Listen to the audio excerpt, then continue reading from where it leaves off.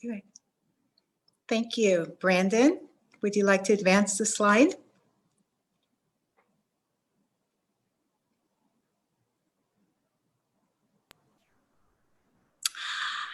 Yes, welcome, and thank you for participating in our public workshop to discuss the preliminary staff draft of the statewide NPDES permit for stormwater discharges associated with construction and land disturbance activities. My name's Diana Messina. I'm one of the regulatory managers in our Division of Water Quality at the State Water Resources Control Board. I am your facilitator for today with a co-facilitator, Ms. Pushpa Zachariah. Pushpa is a water quality control engineer in our construction stormwater general permit team in our division. I'd also like to introduce Ms. Amy Cronson. Amy is a senior engineer. Amy's a senior scientist, environmental scientist, and she is our statewide program manager for construction and industrial stormwater programs. I also introduced Brandon Rosenboom. Brandon is a water quality control engineer, water resource control engineer on our construction stormwater general permit team.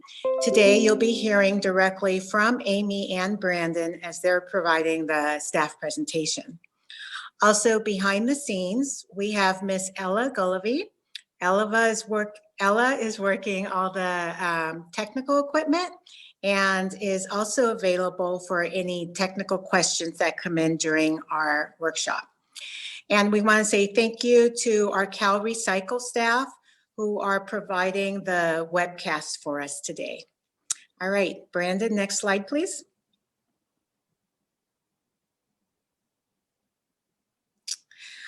All right, I'd like to start off with acknowledging you. We as staff are hosting this meeting virtually from Sacramento, and we welcome and thank you for joining us virtually today. We are meeting during very challenging times, and we appreciate your participation while many of you are concurrently dealing with continued impacts this global pandemic has on our communities. So we thank you for joining us. Next slide, please. I'd like to touch on our water board's mission as it's very important. Our board's mission, or our California water boards, we're the state and regional boards, our mission is to provide, enhance, and restore California's water resources for the benefit of present and future generations. We acknowledge the groups who have and who continue to experience economic, environmental, and social disadvantages, and whose daily lives are impacted by racism and injustices. The work our board conducts and the work that we conduct as staff to the board is to strengthen the empowerment of community voices, including our indigenous communities, as we work together to provide clean, safe, and affordable water for all Californians. The purpose of today's workshop is to provide information, answer questions, and listen to your feedback regarding the informal staff draft construction general permit, which was issued through the November 30th, 2020 public notice. All informal staff draft permit documents in the public notice is available at our State Water Board webpage, the Construction General Permit Reissuance webpage, as shown here.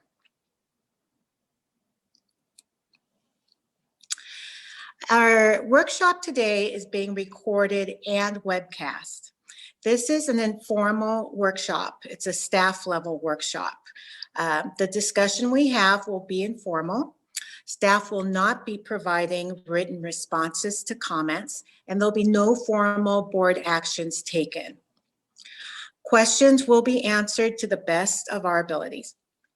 We will have a 10-minute break during our question and answer time period this afternoon.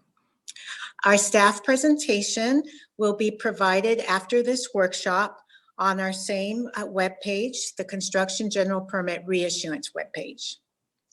If you have not done so already, please consider signing up on our website Lyris email list, and that is an email subscription for further updates for this construction general stormwater permit reissuance. Today's workshop is being provided in two formats.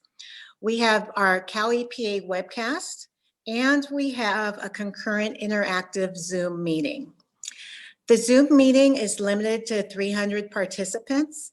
This is the second workshop we are conducting. We had our first workshop last week. The information we had showed that there was approximately 314 folks interested in both workshops. We're not sure how many folks are participating today. However, we do ask that if you are not planning to ask questions or provide feedback, if you'll please join us through the Cal EPA webcast at this website here on the slide. That will provide enough capacity for those folks that do want to ask questions or provide comments. If you have any technical issues during our workshop, we have Ella that's available to assist you. Please send her over an email at stormwater@waterboards.ca.gov, and please place technical assistance in the subject line. Thank you. Next slide. So here's our agenda for today. I am wrapping up our welcome and our introduction, and so soon you'll be hearing our staff presentation. The staff presentation will take us to approximately 1:15 p.m. this afternoon. We're going to go straight into questions and answers after the staff presentation, and then at approximately 2:15 we will take a break. We will kind of stay flexible with this depending on the discussion and when's a good time to break for 10 minutes. After our break, we'll continue questions, answers, and comments through 3:50, and we want to reserve the last 10 minutes to provide you with our next steps for the permitting process. So for those of you that are joining us through the Zoom meeting, we are accepting all questions and comments through our chat function. So please click on the chat icon in the menu when you want to feed us some questions or feedback. Please indicate if you'd like to present your question or your feedback yourself, and we will work with you to make sure that you can provide your question or feedback, and if you'd like, have your video on. So, oh, I'm sorry, I'm not quite done with that. Just in case, if we have lots of questions or feedback, we ask that you keep your discussion at least to 1 minute maximum. If you do go over, we'll kind of gauge it, and we may have to just gently ask you to wrap it up. All right, thank you. And so with that, I'd like to introduce Amy Cronson, our Senior Environmental Scientist, and Brandon Rosenboom, our Water Resource Control Engineer, for the staff presentation. Thank you. Thank you, Diana, for the warm introduction and overview of our participation instructions today. Welcome, everyone, and good afternoon to the preliminary staff draft of the proposed construction stormwater general permit reissuance. This will be our second workshop today. I wanted to start off with providing a little bit of background on the construction stormwater general permit. The Federal Clean Water Act prohibits certain discharges of stormwater containing pollutants to waters of the United States, except when they are in compliance with a National Pollutant Discharge Elimination System permit, also known as NPDES. The State Water Board adopted the existing NPDES construction general permit, Order 2009-009 DWQ, as amended by another order in 2010 and 2012, to regulate stormwater discharges associated with construction activities disturbing 1 or more acres of land. The existing construction general permit expired in September of 2014, and has been administratively extended until the adoption of a new construction stormwater general permit. We have learned a lot of things throughout the past 10 or so years implementing the existing construction general permit, what has been working and what is not. Therefore, we are proposing a number of changes for the reissuance of the construction stormwater general permit. The primary topics that we'll be covering in today's workshop include total maximum daily load implementation requirements, passive treatment technology use requirements, notice of non-applicability criteria, revisions to the notice of termination process, implementation of statewide water quality control plan requirements, authorized dewatering activity requirements, as well as demolition activity requirements, sufficiently sensitive test methods rule, monitoring and reporting revisions, as well as removal of the bioassessment monitoring requirements and rain event action plan requirements. To start off today, we'll go ahead and move on into the implementation of adopted total maximum daily loads. Total maximum daily loads are existing regulation that has been processed through a public process when adopted into water quality control plans to address Clean Water Act 303D listed impaired water bodies. Total maximum daily loads are adopted by either the Regional Water Board or the U.S. Environmental Protection Agency. A total maximum daily load is the sum of allowable loads of a single pollutant from all contributing point sources, non-point sources, plus the contribution from background sources and a margin of safety. Total maximum daily loads, however, are not self-implementing and must be implemented through requirements in permits or other board actions, such as the Construction Stormwater General Permit. The existing Construction Stormwater General Permit already includes a list of potentially applicable total maximum daily loads. The proposed Construction Stormwater General Permit reissuance intends to update that list with other existing TMDLs or total maximum daily loads applicable to construction stormwater dischargers. Total maximum daily loads assign waste load allocations to point sources, the maximum pollutant load from each point source that can be discharged to a water body. Stormwater discharges associated with construction activities regulated by this permit are generally considered point sources and are therefore assigned waste load allocations. The regional water boards provided state water board staff with a list of 88 total maximum daily loads to consider incorporating into this general permit.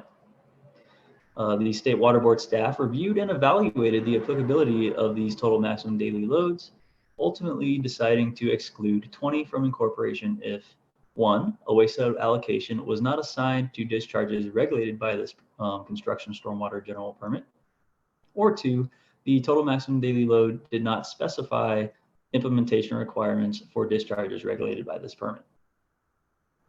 Therefore, this general permit proposes to incorporate implementation requirements for 68 total maximum daily loads. The applicable implementation requirements and total maximum daily loads are located in attachment H of this permit reissuance. The 68 total maximum daily loads represent a variety of pollutant categories, including indicator bacteria, chloride and salts, diazinon, which is a pesticide, nutrients such as nitrogen and phosphorus and their derivatives, sediment, temperature, metals, and other pollutants toxic to aquatic life. Many of these pollutants are associated with sediment, which is commonly discharged by construction projects as a result of their land disturbing activities.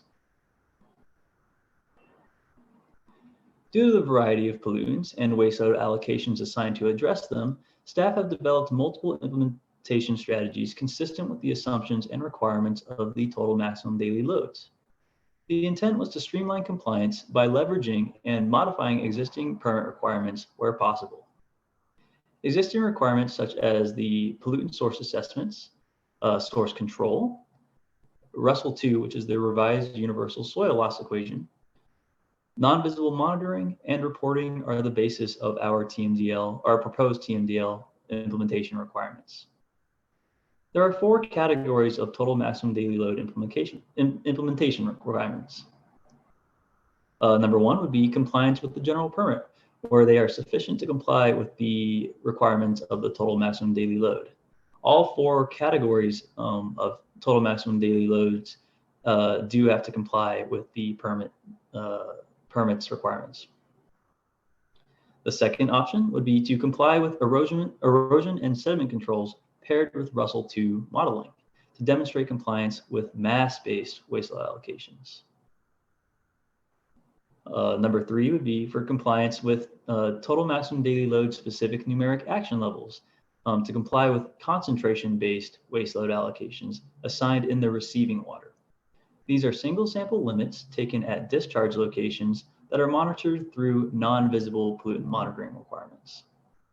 Similarly, compliance with total maximum daily load specific numeric effluent limitations are to comply with concentration-based waste load allocations that were assigned at the point of discharge.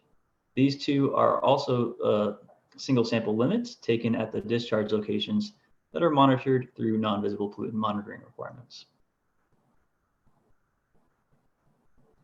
The 68 total maximum daily loads assign a total of 204 waste load allocations to specific pollutant water body combinations. The pie chart to the left depicts how these 204 waste load allocations are split into the implementation requirement categories.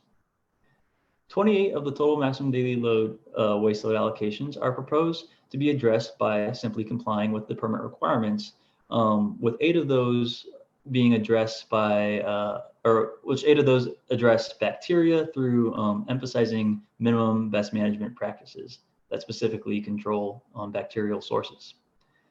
There is 1 unique implementation requirement, which is for the Los Penasquitos Lagoon in San Diego. That TMDL requires that dischargers submit an estimate of the discharge's representative flow rate. 93 of the total maximum daily loads and their waste load allocations are proposed to be addressed via erosion and sediment controls paired with the modeling through Russell II. And then 83 of the waste load allocations are proposed to be addressed by either numeric action levels and numeric effluent limitations. So what's changed in the past year of permit development? Staff initially considered applying numeric effluent limitations to waste allocations from 11 TMDLs. However, based on stakeholder input at the September 19th public workshop in 2019, staff has reevaluated the TMDLs and decided to modify the proposal by applying numeric action levels to the waste load allocations of 5 of these TMDLs. In doing so, 24 of the waste load allocations that were previously numeric effluent limitations specific to total maximum daily loads are now proposed as total maximum daily load numeric action levels. The 5 total maximum daily loads that were converted from numeric effluent limitations to numeric action levels were the San Gabriel River Metals TMDL, Los Cerritos Channel TMDL, the Los Angeles River Metals TMDL, Machado Lakes Nutrients TMDL, and the San Diego Creek Toxics TMDL. Now I'd like to kind of describe what we're envisioning the various steps of complying with the implementation requirements for TMDLs. Step 1, dischargers are to determine whether they have a responsible discharger status for a specific total maximum daily load. Does the project discharge into a total maximum daily load watershed or water body? And we'll be striving to provide a map tool to dischargers, which will guide them similar to the industrial general permit, which is shown to the right. It will be the discharger's responsibility to verify if their project discharges to a TMDL watershed or water body. Step 2, perform site-specific pollutant source assessments. Does the site have a source of the TMDL listed pollutant? Is there potential for those pollutants to be present in stormwater discharges? Will they be exposed to stormwater at all throughout the construction phases? If not, then the total maximum daily load implementation requirements will not apply to that responsible discharger. Step 3, refer to the proposed attachment H for applicable TMDL or total maximum daily load implementation requirements to determine what requirements are applicable to your project site. Okay, and that will conclude our discussion of the proposed total maximum daily load implementation requirements. Moving forward, we'll be discussing the passive treatment technology use requirements.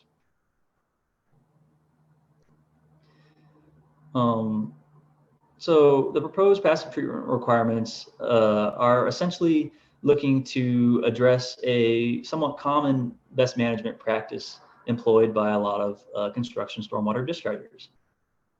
Treatment chemicals that are part of these technologies can cause, which cause the coagulation and flocculation of suspended solids, are often used to meet the turbidity numeric action levels assigned by this construction stormwater general permit.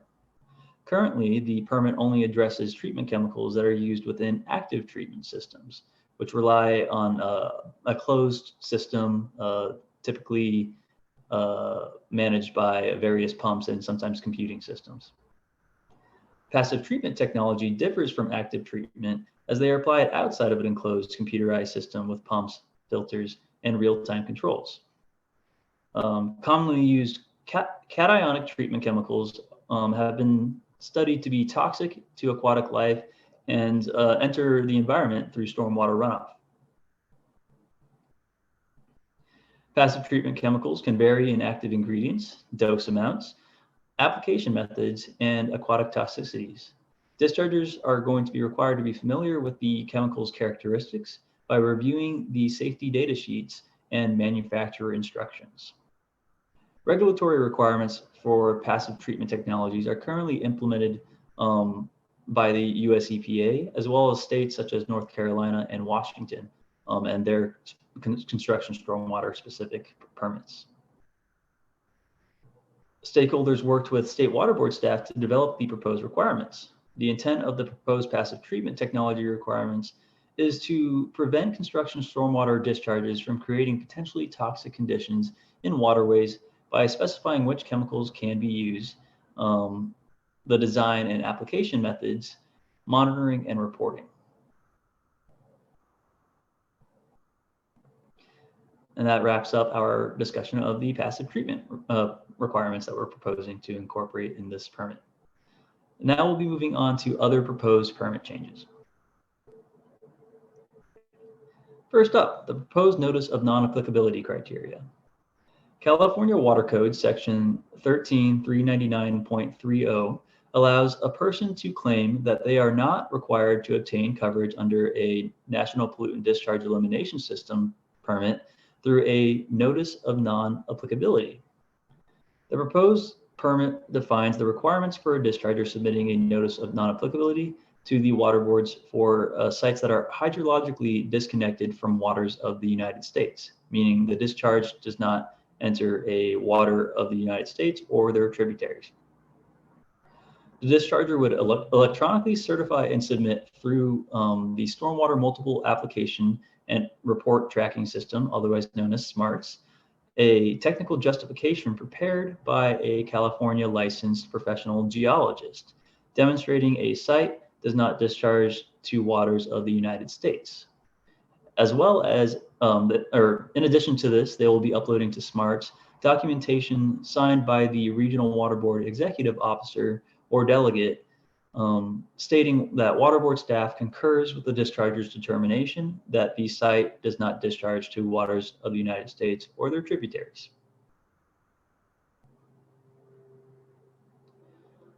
Next up is the proposed notice of termination process revisions.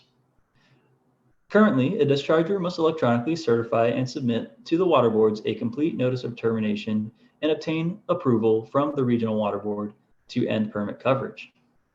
The proposed permit includes the following revised requirements to expedite the Regional Water Board approval process and to reduce any potential financial burdens on the discharger's behalf for continuing to comply with the permit and annual fee payments. So the proposed permit includes revised requirements, including having the discharger supply or provide additional information such as a final site map, as well as pictures, photo documentation, and post-construction specifications early on in the process to make sure that the regional board has all the information they need to quickly approve a notice of termination. Additionally, there's going to be, we are proposing an automatic 30-day approval of notice of termination by the regional water boards or state water board, if not otherwise if the notice of termination is not otherwise under review by a regional water board.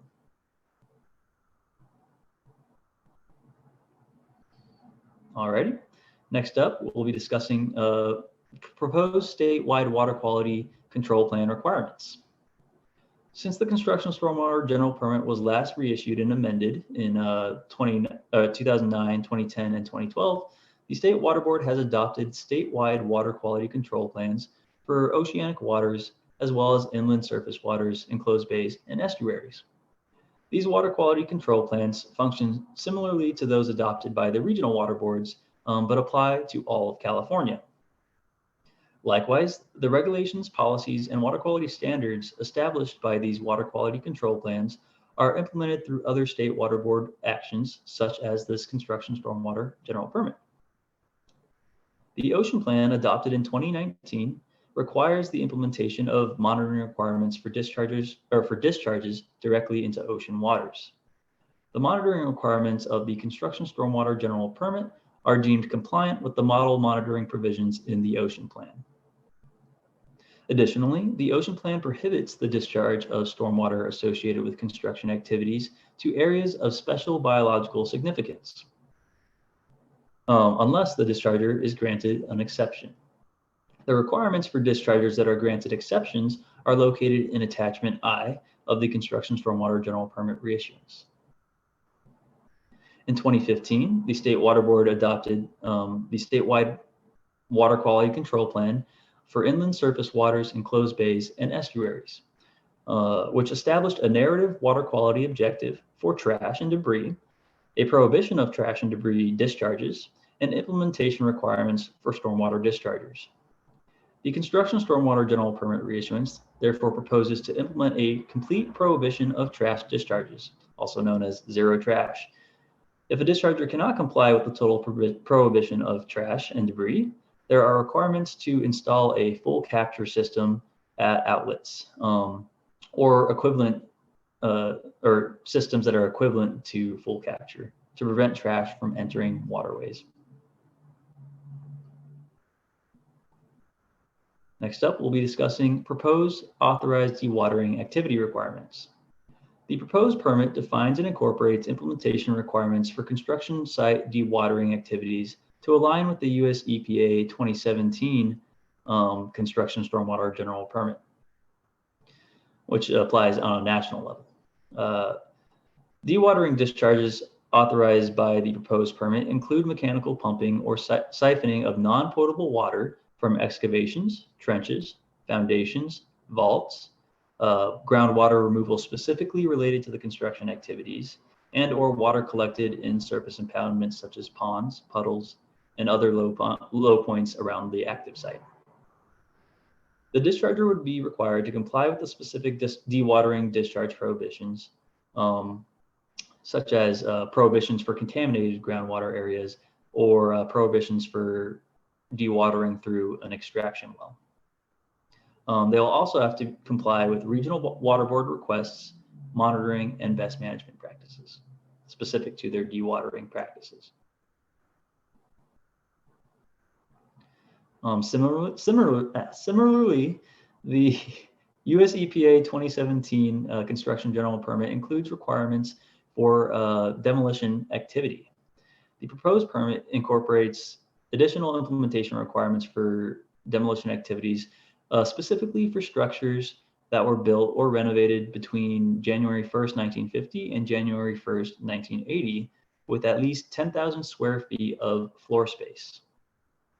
These requirements are aimed at reducing the potential pollutant sources of polychlorinated biphenyls, otherwise known as PCBs.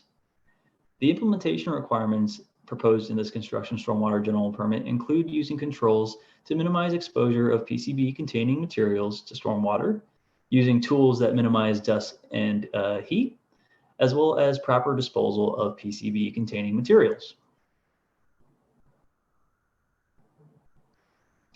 Moving on, we'll be discussing the new Federal Sufficiently Sensitive Test Method Rule. The US EPA has finalized minor amendments to its Clean Water Act regulations to codify that under the NPDES program, where the US EPA has promulgated or otherwise approved of analytical methods under its 40 Code of Federal Regulations Part 136, or Chapter I, subchapters N and O, that dischargers must use sufficiently sensitive analytical test methods. The purpose of this rulemaking is to clarify that NPDES permittees must use US EPA approved analytical methods that are capable of detecting and measuring the pollutants at or below the applicable water quality criteria or permit limitations.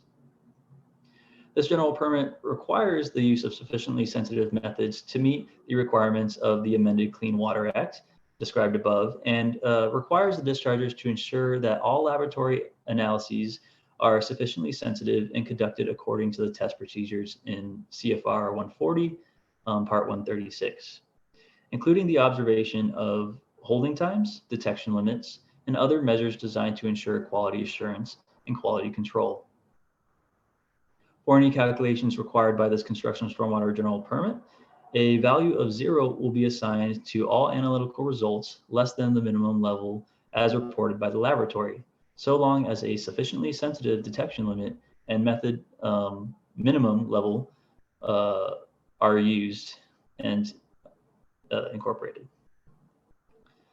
That said, these requirements apply to samples that the discharger collects and send to a laboratory for analysis. For the most part, the construction stormwater dischargers perform field sampling for pH and turbidity, where properly calibrated instruments used for field sampling will comply with the sufficiently sensitive test method rule.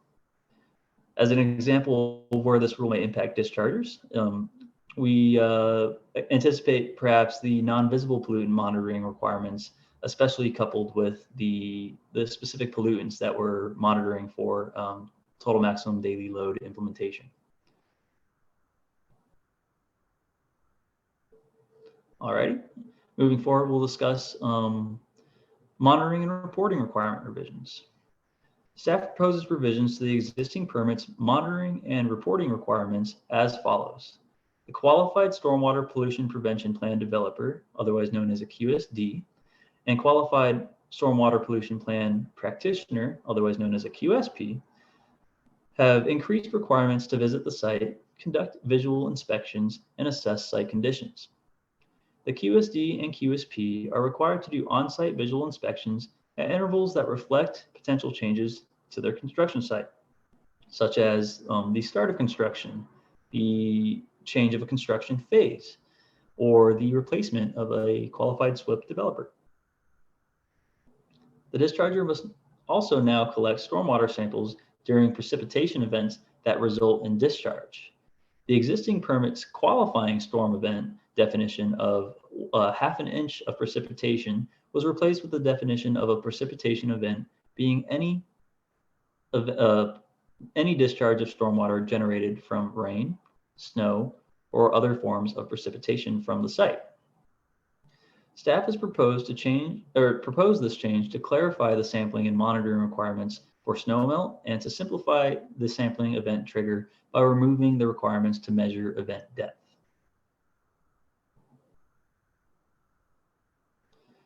We are also proposing to remove the bioassessment monitoring requirements. The existing permit contains bioassessment monitoring requirements intended to align with a proposed state water biological integrity policy, but that policy is still under development. Therefore, staff proposes to replace the current bioassessment monitoring requirements and use the risk level 3 and type 3 linear underground and overhead project annual fees to perform a bioassessment monitoring study. The study would be conducted through the State Water Board's Surface Water Ambient Monitoring Program, also known as SWAMP, to determine if there are significant water quality, biological integrity, and watershed health impacts resulting from large, high-risk construction projects. The State Water Board could adopt future permit reissuances, which do include bioassessment monitoring requirements, or implement biological integrity requirements that are established through water quality control plans or policies.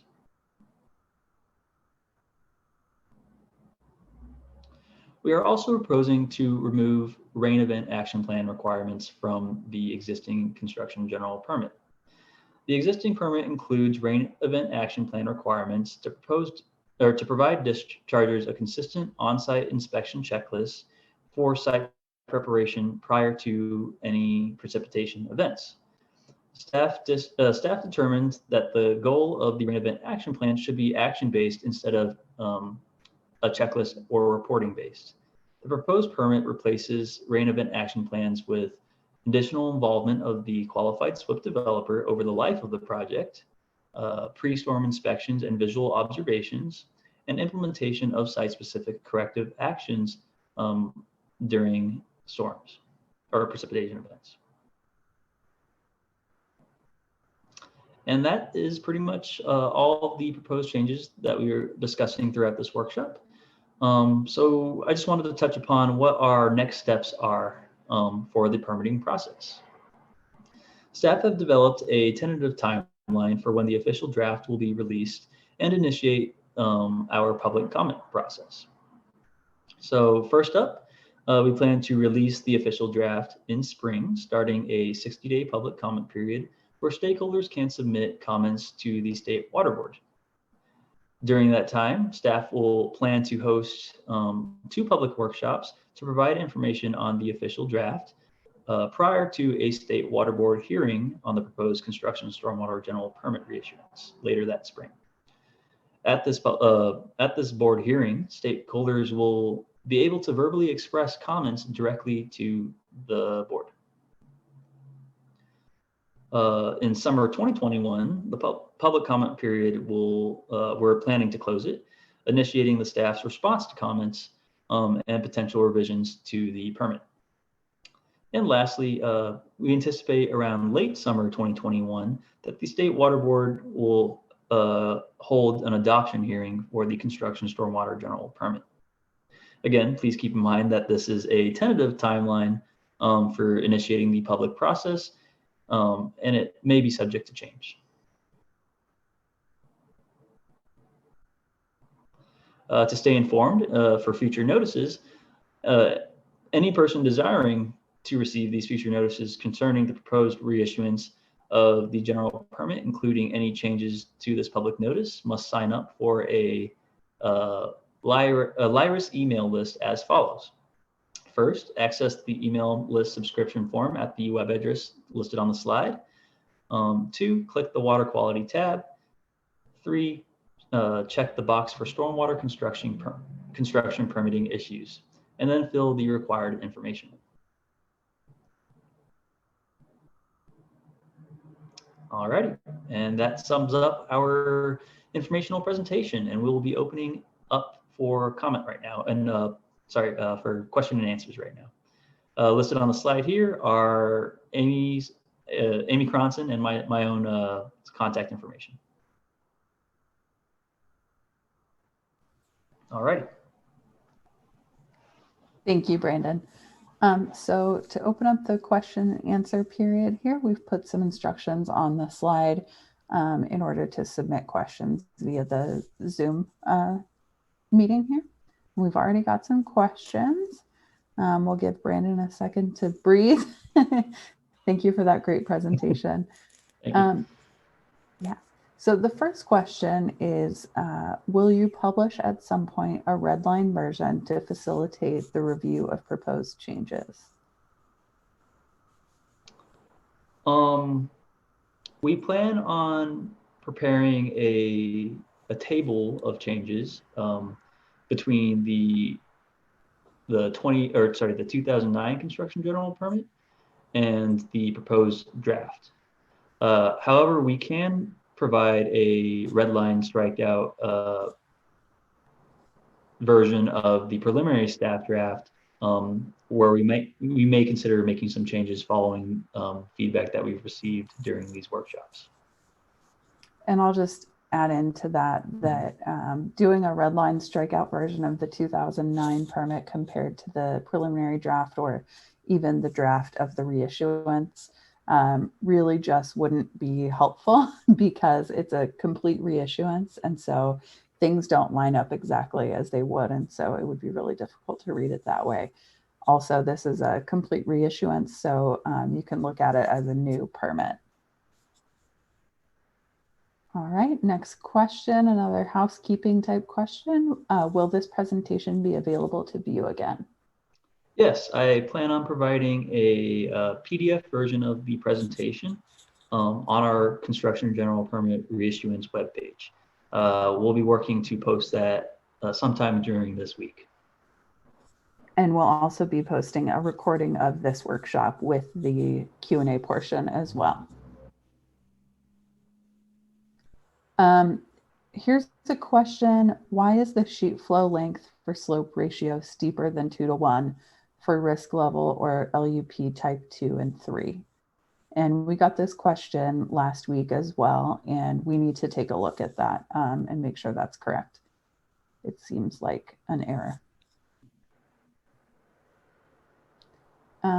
From David, is there a definite amount of time for a notice of termination to be under review, in quotes? I think once it is accepted for review by the Regional Water Quality Control Board, we have not proposed a definite amount of time for the review. And that's just to allow for flexibility in the review, because sometimes notices of terminations can be complex and require a lot of involvement on behalf of our Regional Water Board staff. Thanks, Brendan. We have another notice of termination question from Victoria. If a notice of termination is reviewed after 30 days and found to be insufficient, would the notice of termination be returned, or will the notice of termination approval remain in place? So I think she's asking if it was automatically approved because of the provision that we put in there, can they return it in the future if it's found to be insufficient? My understanding of the process is that if the notice of termination is not accepted for review by the Regional Water Quality Control Board, then it will be approved and there will not be any need to review that notice of termination in the future. And that being said, there's always that bit of enforcement language and understanding that if you're conducting activities that need perfect permit coverage and you do not have permit coverage, you could then be either found in violation or required to obtain permit coverage if you continue those after an NOT is approved. Okay, so a dewatering question here from Victoria. For the authorized construction dewatering, does this mean that construction dewatering discharges would not need regional board discharge to land permits, or would those permits still be required? What about LTDSW for construction dewatering water? I'm not sure what LTDSW stands for. Do you want to tackle the first part there, which is, does it mean that construction dewatering discharges would not need regional board discharge to land permits? Sure. It sort of depends. There are certain, as we mentioned during the presentation, there are certain discharges that aren't covered by this permit. For example, groundwater dewatering in contaminated areas or groundwater dewatering that is through an extraction well. Those would require separate permit coverage. But for dewatering discharges that meet the definition within our permit, it's my understanding that they would not necessarily need separate permit coverage from the Regional Water Board.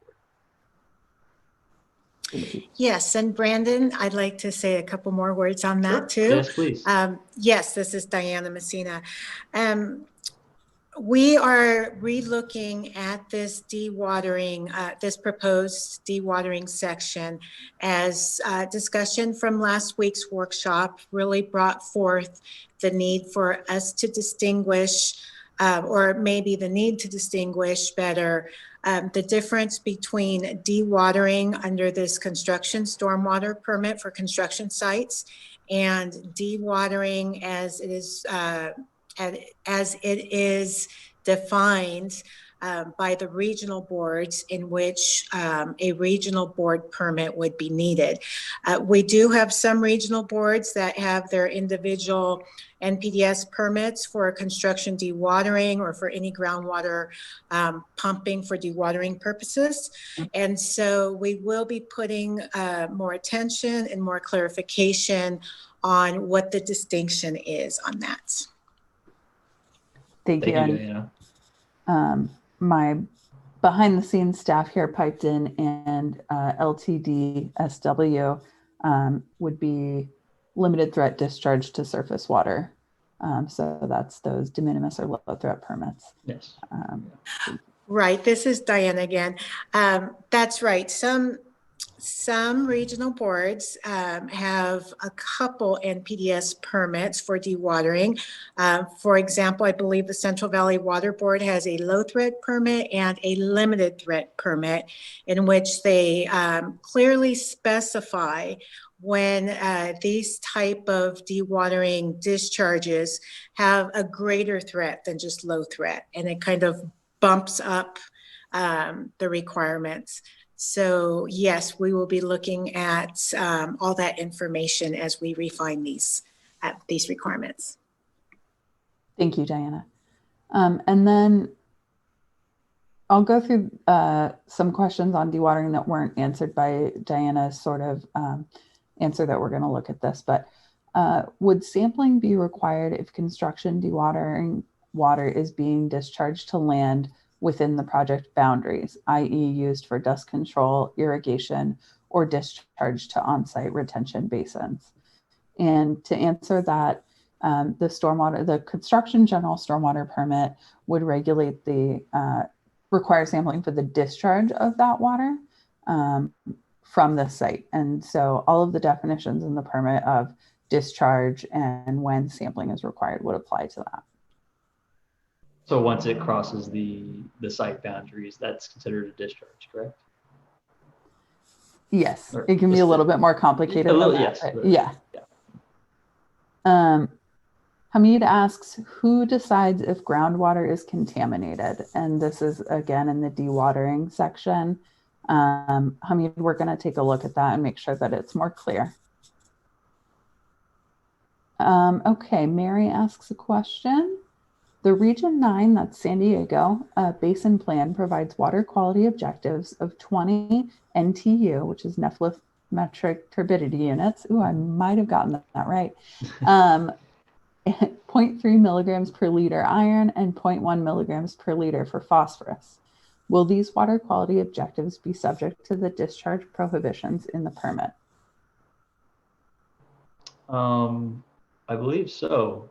The permit generally prohibits any discharges that are in exceedance or can cause or contribute to an exceedance of a water quality standard. So if those are the standards for your water quality control plan, then discharges containing concentrations of those constituents higher than those standards would be prohibited by this permit, barring any additional treatment to lower those concentrations. Thank you. And those are receiving water quality objectives, just to be clear. Amy asks if you can please reiterate the qualifying event definition. Sure.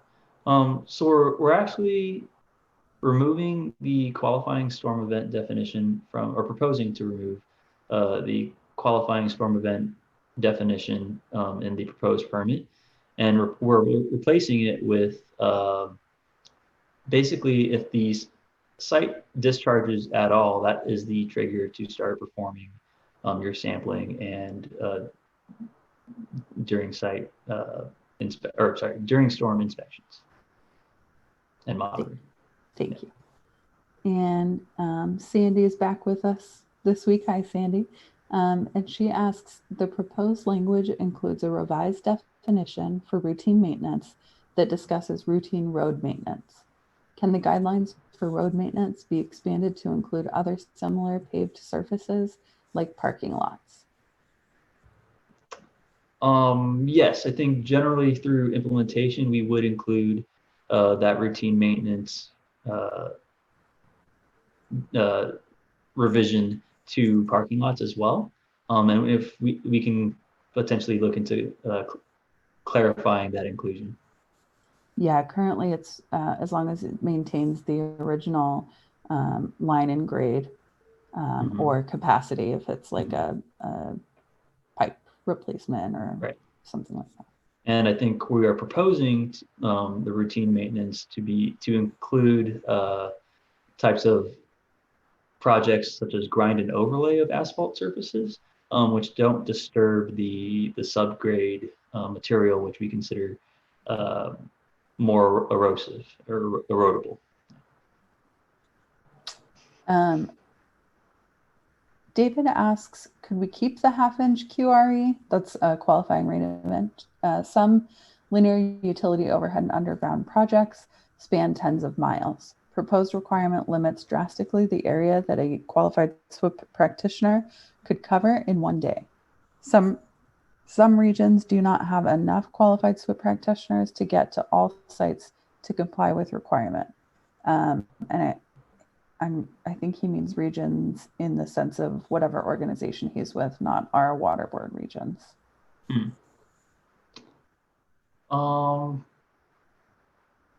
you want to answer this one? Sure. Yeah. So we can definitely take a look at this sampling and monitoring language and work with the linear utility underground and overhead project subcommittee that we've been working with. It's a stakeholder group made up of folks from all of the utilities throughout the state. Not all, a lot of the utilities throughout the state. So we can certainly talk about this more. The basis for changing what a precipitation event is one, we wanted to include snow, sleet, all the other types of precipitation. So we wanted to get rid of that word rain. And then also there are certainly projects that may discharge when it's less than a half an inch of rain, and also projects that may not discharge when there's a half inch.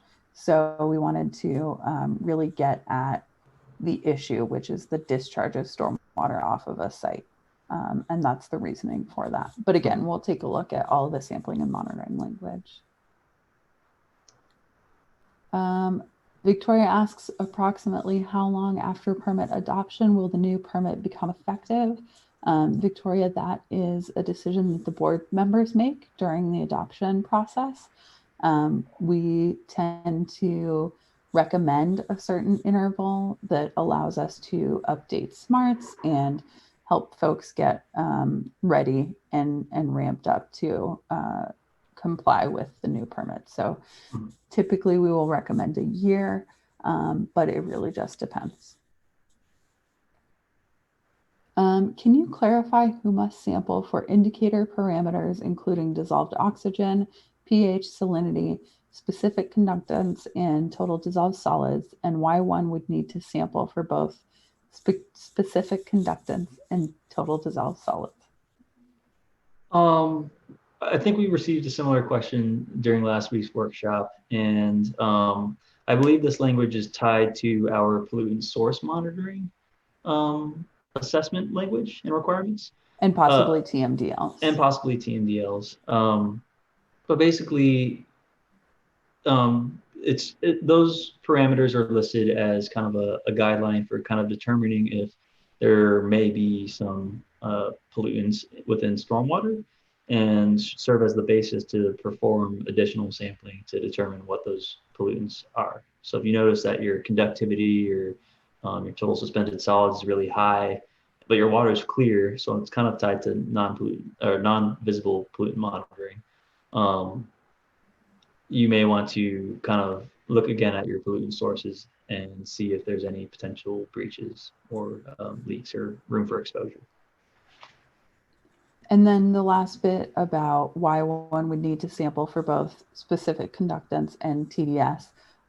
It depends on why you're doing the sampling. If it's part of your pollutant source assessment, if it's part of your non-visible pollutants, and then if it's part of a TMDL, the total maximum daily loads are adopted at the basin plan level.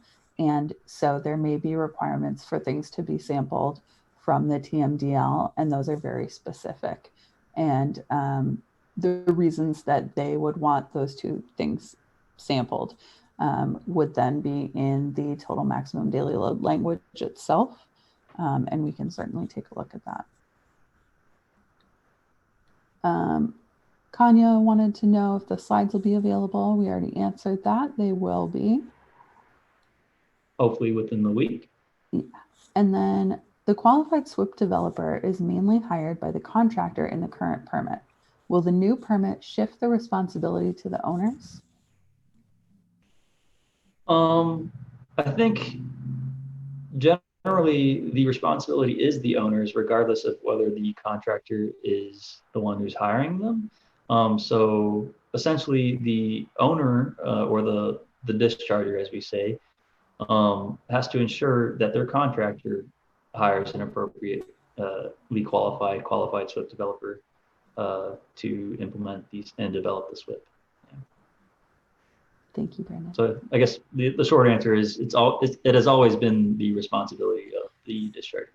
But for contracting purposes, we're not limiting who actually pays that person or hires them on. We just want to make sure that the legally responsible person is aware of what's happening on the site and who that QSD is.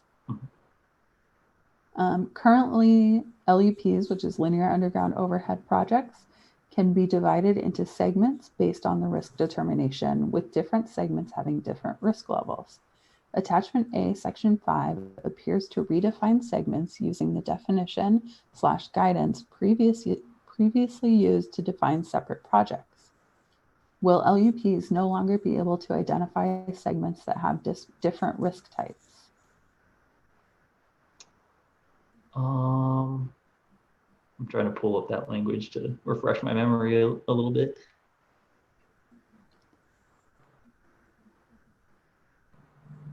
I don't think that was the intent, Sandy. Brandon's taking a look here. If we can't get a quick answer, we'll definitely take a look at that and get back to you. Yeah, I'll keep looking. He'll take a look here and I'll maybe answer the next one. All right, Carly. This one looks like a mouthful, so bear with me. The sediment delivery rates modeled by the Russell II model are meant to be rough order of magnitude estimates. The use of the model has been appropriate for comparing different best management practice applications and comparing pre-construction and post-construction conditions. Using the model to design BMPs to comply with waste load allocations may be problematic. Will the non-exact nature of the Russell II model outputs be taken into consideration, such as listing an acceptable range of sediment delivery rates for each waste load allocation? Carly, that's really good. And it looks like you have a lot of experience with Russell II, so that's always very welcome. So for the total maximum daily loads with those waste load allocations, where we use Russell II as a means of compliance, those are numeric action levels, and those then require just modifying your BMPs, looking at the site and doing those compliance actions, versus the numeric effluent limitations, which are those very specific numbers that are a violation of the permit. In terms of the non-exact nature of Russell II model outputs being taken into consideration, I think that yes, would be something that we could look at in terms of flexibility in how we comply with and enforce the permit. We have CASQA, the California Stormwater Quality Association, is developing Russell 2 guidance that will be out sometime this year so that folks can have a little bit more on how to use the model. And we can certainly take a look at this and talk with our regional water board colleagues who will be doing the compliance and enforcement portion of this permit that we have worked with on development, and make sure that that is the best thing to use and the way to use it. And also rely on that guidance so that dischargers and consultants and interested parties are all on the same page with the water boards and CASQA. In regard to sampling requirements, does during site operating hours, in quotation marks, include night work? On certain projects, such as those within the highway right-of-way, sampling at night could pose significant safety concerns. I think from a definition standpoint, yes, the site business operating hours would be any time when there is scheduled activities. Though we do want to make sure that our professional stormwater staff and samplers are being safe. So I'm not sure if I mean, there are exceptions for sampling when the conditions are not safe, but those generally apply to access and weather. But I think those can be kind of applicable to the situation as well. But we do want to make sure that we're not exempting, an entire highway construction project from sampling, because if their project is all at night. Yeah. And we certainly don't want you out there falling down or finding some nocturnal predators or anything like that. Sorry, I'm kind of a biologist, so I had to throw that in there. So the next one is, what is the site stormwater manager mentioned in the attachment D and E in the new permit? Are they a trained personnel by the QSP? Can this person assist in completing the visual inspection monitoring? I don't remember this part, to be honest. So we do have the personnel trained by the QSP, and that person can assist in completing the visual inspections and monitoring requirements. The site stormwater manager, we'll have to take a look at that title and see if it makes sense. Mm-hmm. I'm going to try and look that up real quick. Thanks. So Hamid had kind of a scenario here. Sampling proposed 2-hour intervals, 5-acre site with 15 drain inlets. Will have to produce 45 samples, ? So it depends, Hamid. We heard last week that the sampling and monitoring language is not so clear. And so we're definitely going to take an overall look at that from top to bottom, word for word, and make sure that it makes sense. In this scenario, it depends on if all of those discharge locations are active and discharging. And then we're going to take a look at the 2-hour intervals. So not necessarily 45 samples from 15 drain inlets. It just depends. Can you reiterate that last question about the stormwater manager? Yes. What is the site stormwater manager mentioned in attachment D and E? Okay, so I pulled up attachment D, and the requirement says the discharger shall ensure that a qualified SWIP practitioner includes, at a minimum, the following site information in the pre-storm event inspection: site address, calculated risk level, and site stormwater manager information, including the name, company, and 24-hour emergency telephone number. I do think that's kind of vague, but I interpret that as the person who's responsible for ensuring that the BMPs, the best management practices, are being implemented during the storm, and they're just the person who can be called if there was a deficiency noted, and staff that were on site need to be able to contact them in order to get those corrective actions completed. Yeah, and you're right. When there's any time there's a title like that, we definitely want to define that. So we may make it a little less, title-like. Would discharger with previous permit coverage receive a new WDID number under the new CGP? So they would actually just recertify their existing WDID number. We went through this process with the industrial general permit when it was reissued in 2015, and everyone just had to recertify their existing WDID number and then come up to compliance with the new permit. And that date and those requirements will be settled before it's adopted.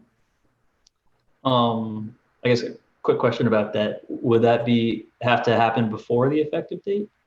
And what would happen if a discharger did not recertify by the effective date of the new permit? Yeah, that's a great question. So it depends on what interval we give them and how much time and whether that constitutes the effective date or not. But if you continue your operations without recertifying your WDID number, at some point, then you could be administratively terminated, and then you would be operating without coverage under the permit, which could lead to enforcement action. Yes, this is Diana. Yes, Amy, you're correct. And for clarification, upon the effective date of a newly adopted permit, the previous permit in which the newly adopted permit replaces the previous permit is no longer in effect. So yes, if you do not certify by the effective date of the new permit, you may find yourself in a situation in which you are discharging without a permit. Mm-hmm. Thank you, Diana. All right, this is a fun one. It's the Los Penasquitos Lagoon watershed. A TMDL question for you, Brandon. Oh boy. It's from Kelly, who we talk to all the time. Hi, Kelly. Thank you. Can you elaborate on how construction sites in the Los Penasquitos watershed will comply with the sediment TMDL? Is there another path to compliance besides sampling a flow rate at all? Highly inaccurate if discharge locations are protected with BMPs. I would have to look back at that the language within the total maximum daily load, Kelly, and I can get back to you if you email me this question again. Yeah, but that TMDL for everyone else is very specific about the path to compliance, and it does include that flow rate calculation. And it was a little difficult to translate into permit language. So we'll take a look at it and we'll let you know. And like Brandon said, Kelly, if you just reach out to him individually, he can certainly help. Okay, so Brett asks, is it the intention to require both soil type lab analysis and topographic surveying by certified CB PELSIG, that's the California Board of Professional Engineers, Land Surveyors, and Geologists, license holder for alternative risk justification per attachment A2, even if only one factor for the risk analysis will be used, i.e., if soil type will be used per the State Water Board published KML maps, but LS values, that's length slope values for the Water Board maps are being challenged with a site-specific slope, will soil lab testing be required? So I'm so sorry, Brett, there are a lot of acronyms in that, and I just want to make sure that folks understand the question. So I'm going to kind of paraphrase, if that's okay.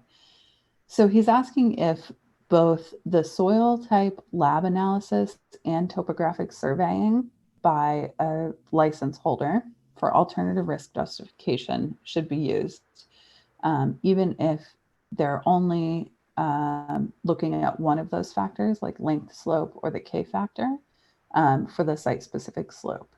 So as an example, if they're looking for a site-specific length slope LS factor, do they need to do the soil lab testing?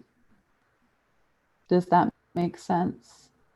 It does to me, I think. The And K my factor is for soil type and the LS factor is length slope. So right. the first one, soil type, is the lab. And I'm saying this for the good of everyone, Brandon, not you. So the K factor would be the lab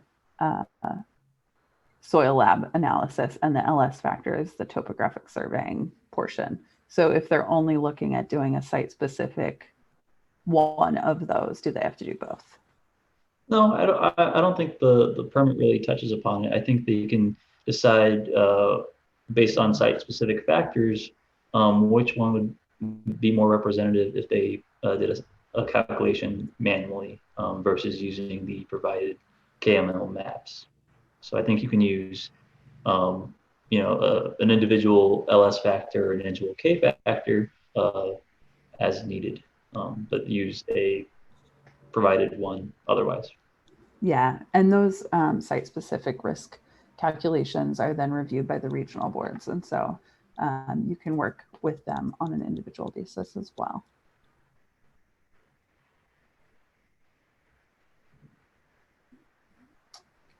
David is asking for additional clarification on the dewatering provisions. And yes, absolutely, David, we will revamp that.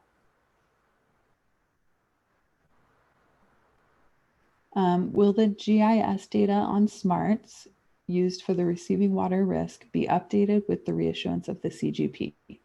There are a number of watersheds identified as high receiving water risk that shouldn't be, and vice versa.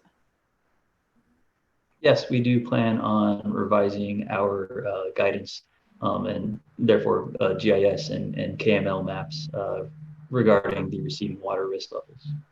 Yes, and we also plan on incorporating data that is current with the latest integrated report listing the water bodies. Why are numeric action level exceedances being based on individual samples, not daily averages? If the goal is for sample results to be representative of site, the daily average would be more representative of overall water quality of discharge versus individual samples. I think it was primarily for ease for the dischargers that are taking the samples, but I can look into that more of why we decided with single sample limits. And honestly, we are flexible. So if a lot of our stakeholders would prefer to pursue a more of an averaging type sampling protocol, then we can consider incorporating that instead. And we had the same question and similar comments last week as well. So that's definitely on our radar, as all of these things are, to look at. Can the posting requirements, WDID number, etc., be clarified in the new permit? For example, is there a specific lettering size or other requirement? I think that we just said that it needs to be readable. So this is one of those where I could see, specifying a font size would be a little bit onerous, but at the same time, I could also see folks maybe using, 7 or 8 point font that wouldn't necessarily be readable from the road. Right. We can take a look at the exact language that was in the US EPA permit. They're the ones that first did this requirement. And it does need to be readable. I know that. Yeah. And I think a lot of ways I see this already implemented at some construction sites is that they have it posted on, a standard 8.5 by 11 paper. Did I say that right? Yeah. Is that the paper size? It is. Just posted on some sort of messaging board outside of their entrance. And we also are proposing to have a printout available in Smarts. When you get your WDID number, it'll be similar to the current receipt letter, and that's at least a 12-point font, and you can use that as your posting. Why can't SWIP plans be submitted to municipalities for a real erosion control plan? I'm not sure of the question, Hamid. You might want to reach out to us individually. And that may be a Caltrans specific question, but we'll talk. Yeah, and we can collaborate with our MS4 staff or Caltrans stormwater staff as well. Yeah. Would the new permit provide exceptions for the requirements of surface water buffer on bridge replacement or levee improvement projects? Do you want me to answer that one? Sure. So there will not be an exception. We do have alternatives in the permit that you can use to essentially be a surrogate for the buffer itself. I think we got that same question in the last workshop as well. Yeah. And that language is based on the US EPA's 2017 construction general permit. And we are required to meet or exceed the standard in the US EPA's regulations. Will there be language in the permit to address discrepancies between regional board requirements? Potentially the ability to allow groundwater discharge under CGP as long as numeric action levels for pH and turbidity are adhered to. I want to say there is language underneath the regional water board authorities that does provide the regional water board authority to request additional monitoring, including additional permit coverage if necessary for dewatering activities and other activities too. And I think that they're asking maybe the ability to allow discharge or dewatering from the CGP rather than a regional board specific permit. And in the case where there's a regional board specific permit for that activity, then I don't think you can pick and choose which permit you adhere to. And then thank you, Victoria, for clearing up the limited threat discharge to surface water acronym. I know it took a while to get there, but I appreciate it. All right, in attachment A, big I, conditions for general permit coverage, item A.2.b, why is substation construction less than 1 acre called out? Oh, Sandy, that's because we wanted to clarify that if it's under an acre, it would still require permit coverage as part of the larger project. We can definitely take a look and make sure that that makes sense. All right. Regarding the 30-day automatic approval of notice of termination, if not under review by the water board. To my understanding, always when you submit a notice of termination, you get an email that the notice of termination is under review. Doesn't mean 30 days is never applicable. It was my understanding. Oh, all right, go ahead. I was going to say it was my understanding that when the regional water board, opens a queue up in Smarts, and they notice all of their list of notices of termination within their region, they're in that list. And then once they actually accept one of those from the list, then that's considered the start of their review period, and that's what this language is trying to address. So we're trying to eliminate any lag time from being in the list before it gets accepted for review by the regional water board. Yeah, and so once you submit your notice of termination, you get an automatic email from the system just confirming that you've submitted it. Mm-hmm. And that's totally different from what we're talking about in terms of being under review. That requires an actual action by a person on the other side. Can the State Water Board provide requirements to conducting a pollutant source assessment for certain TMDLs, such as lead and zinc in the Choice Creek watershed? So are they asking if we can specify some specific requirements for those pollutant constituents?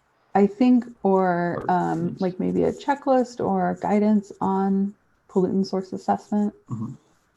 I think we can certainly provide guidance on how to perform pollutant source assessments, and we can work with our industry professionals to make sure it's wholesome and representative of what actually occurs in the field for those specific pollutants. I would say that we probably won't issue that guidance, Kelly, or provide that within the permit as regulatory framework. As always, we work with the construction general permit training team and with CASQA on development of that guidance. But for the permit requirements itself, it's up to the discharger to do that pollutant source assessment similar to the industrial general permit. It's a difficult balance, and you'll hear me say this 1,000 times, but it's a difficult balance of making sure that we allow flexibility and also are not too prescriptive. And so sometimes if we're over prescriptive, it really challenges people in how they comply with the permit. Sometimes if we're not prescriptive enough, then it is too ambiguous. So in cases like this, we tend to work on separate teams like the training team and with CASQA to help with guidance to make sure that that guidance fits within the requirements of the permit and not the other way around, if that makes sense.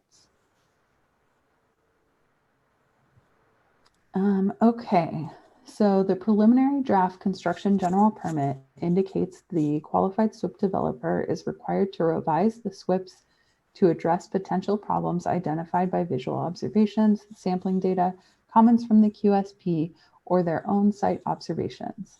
Does this mean that any revision of the erosion and sediment control plan or site BMPs will require an official SWIP amendment? What if, for example, the location of a portable toilet is moved or damaged BMPs are replaced? I think we received a similar question last week as well, and it's not our intent to require an official amendment via a change of information in smarts for smaller things, but we do want to make sure that significant impacts to the way that best management practices are implemented on site are captured and updated regularly so that the regional water board staff and site personnel are aware of these changes. Does that answer the question, or do you want to add anything to that? Yeah, and then also we put 14 days to amend the SWIP after a change is made. So you can make a ton of changes and then do one amendment, within that 14 days. The intent is to make sure that the SWIP is reflective of on-site conditions at any time. A training question here. Do QSDs and QSPs have to take a new trainer of record course under the proposed permit, or will their course certification under the 2009 permit grandfather in? I believe that QSDs and QSPs, qualified SWIP developers and practitioners, will have to recertify underneath a proposed permit, just to make sure that they're familiar with the new requirements that we are incorporating and that they will be implementing. Yep, and the construction general permit training team will develop that new content that folks would need to recertify with. They're already looking through the preliminary staff draft. Yep, they sure Amy, are. this is Diana. For those folks that aren't familiar with the construction training team, can you please let them know what that is? Oh, sure. I'm sorry. Absolutely. So the construction general permit training team is a team of professionals in the construction and stormwater professions. And it's folks from the California Stormwater Quality Association, state and regional water boards, and other consultants, dischargers, municipalities, and the California State University Sacramento Office of Water Programs. And so we meet on a regular basis to discuss training, and we run the curriculum for the QSD, QSP, and trainer of record programs. and all updates to training that are required are done through that team. Thank you, Diana. And the team's really striving just to make sure that we're preparing the right amount of content and targeting the right subject areas to ensure that our qualified SWIP developers and practitioners are prepared to perform their roles out in the field. Thank you, Brandon. Mm-hmm.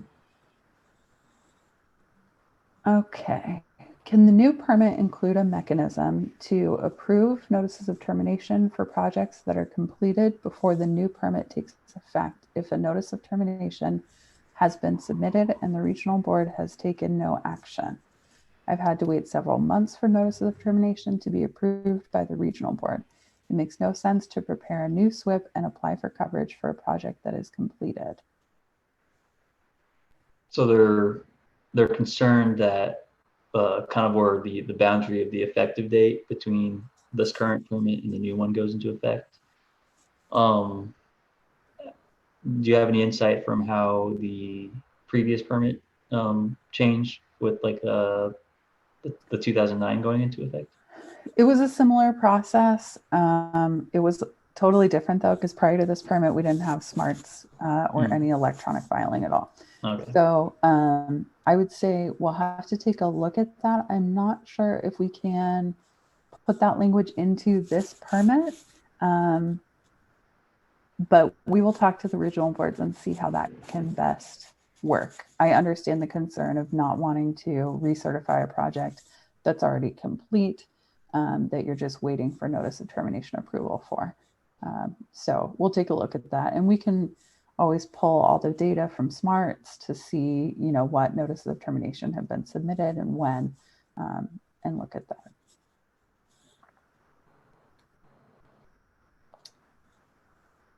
The final stabilization definition, so this is for notices of termination, appears to have removed the reference to the pre-construction vegetative condition. 70% now appears to reference area, e.g. 70% of the area. The reference to 70% uniform density appears to be limited to desert areas.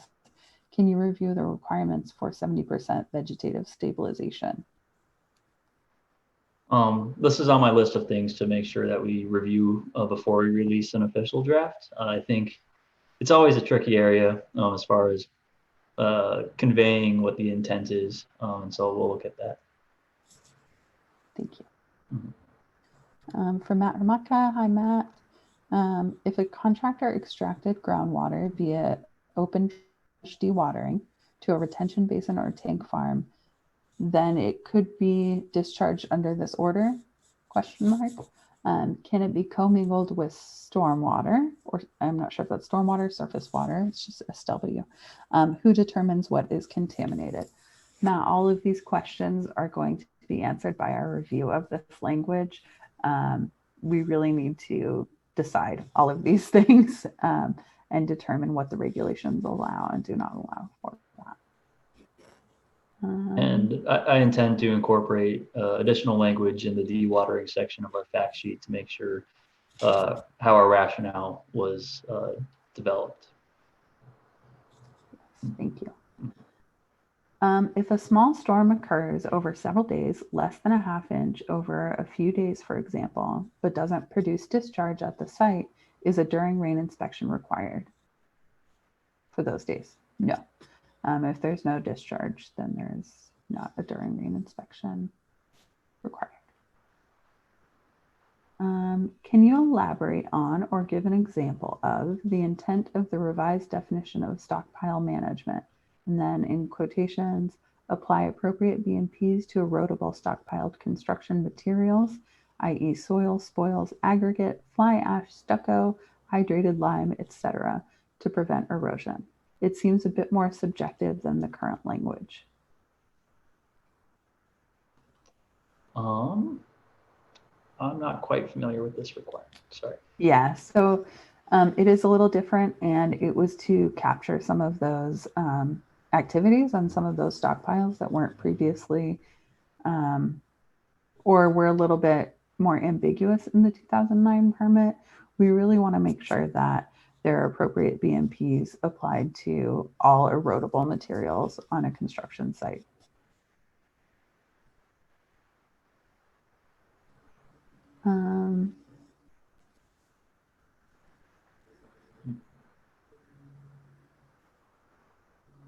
So comment, municipality inspectors with QSP certification would like to redesign the SWIP. How can we stop this? Hamid, we can't really stop this. The municipality stormwater regulations are still required for them, and you have to comply with those. Unfortunately, there's not a way in this permit or for us to kind of handle the relations between a municipality and a discharger.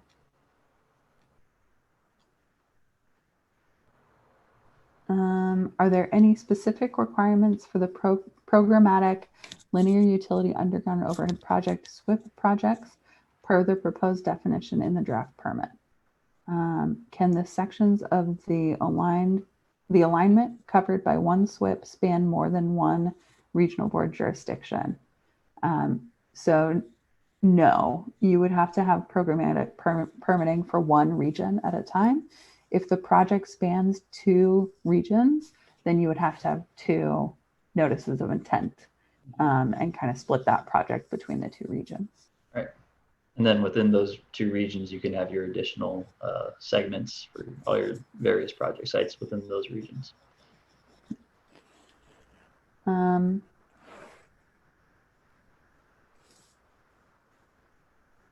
more dewatering clarification. We're going to take all of these comments and questions, log them, and take a look at them one by one. So I want to make sure you all know that each of your questions and comments will be looked at and considered by us.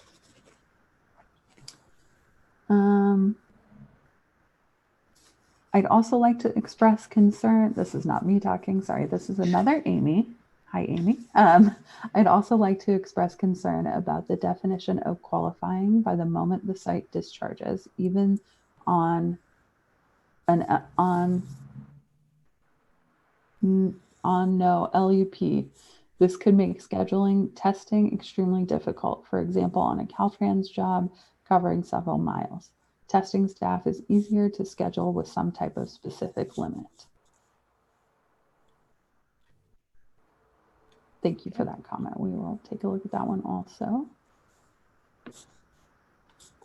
If a road project has new improvements that disturb less than an acre, but a grind and overlay that would add up to over 1 acre of work area plus disturbed area, will this require a SWIP?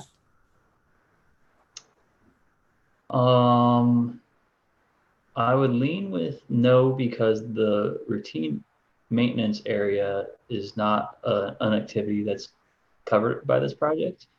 So I wouldn't consider that area as part of a larger common plan development. It would only be for the disturbing area.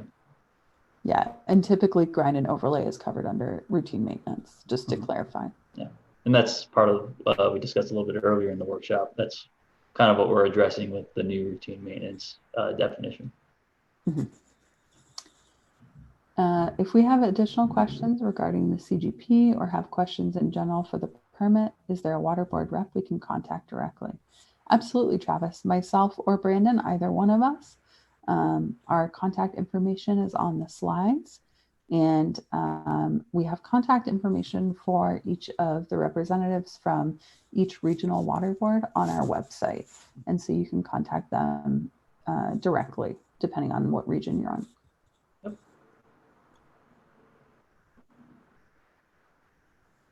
And you can also contact the Stormwater Help Desk and CC Amy and I, just to make sure that it's in our general inbox and that whoever's available to address it can address it as fast as possible. We had another comment on the sampling and monitoring language and the 2-hour interval. Victoria, just to save time, I see this comment, I recognize it. We've answered it a little bit earlier in the Q&A. But we are definitely going to look at this language and work with some stakeholders and interested parties to make sure that it works well. I mentioned last week, and I'll say again, I have a person on staff who's relatively new since this began being drafted, and he has lots and lots of experience in sampling and monitoring under the CGP for large projects, including Caltrans projects. And so I'm definitely going to have him take a look at this with his QSD hat on. And so I just wanted to make sure that that was recognized. Is the California State Board going to provide an estimate of cost impacts to construction projects for the proposed permit changes, i.e. % increase? Yes, we're going to look further into that. We have provided kind of a cursory overview of our anticipated cost impacts, both benefits or savings, and maybe some anticipated increase in costs.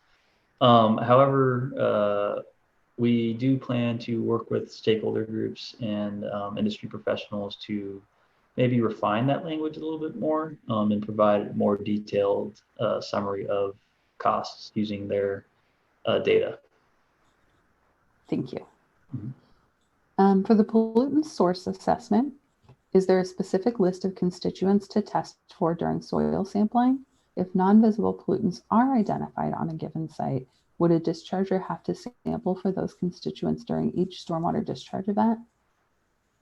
I think that's two questions. Let me know if you want to break it up. So for the first one, which parameters that you'd be using for a pollutant source assessment? I believe that would be pH. They're just general water quality parameters. So pH, dissolved oxygen. I'm sorry, he's asking for soil sampling. Oh, is there a specific list of constituents to test for soil sampling? That I'm not sure. We don't have a specific list. During your pollutant source assessment, you would want to assess whether your site could be a source of any pollutants leaving the site. Mm-hmm. And I believe there's requirements in the proposed permit that ask the discharger to be familiar with the history of the site and to understand if there were any potentials for ground or soil contamination. And yeah. Yeah, when I was working on writing SWRCBs back in the day, we would always take a look at GeoTracker. We would look for, any underground storage tanks in the area, any signs that there may be soil contamination. And past uses. Oh, go ahead. Yeah, sorry. Yeah. Yes, past land uses.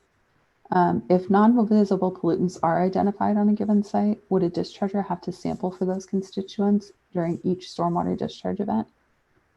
So the answer would be, I mean, it could depend, but generally, no, it wouldn't be every single storm event.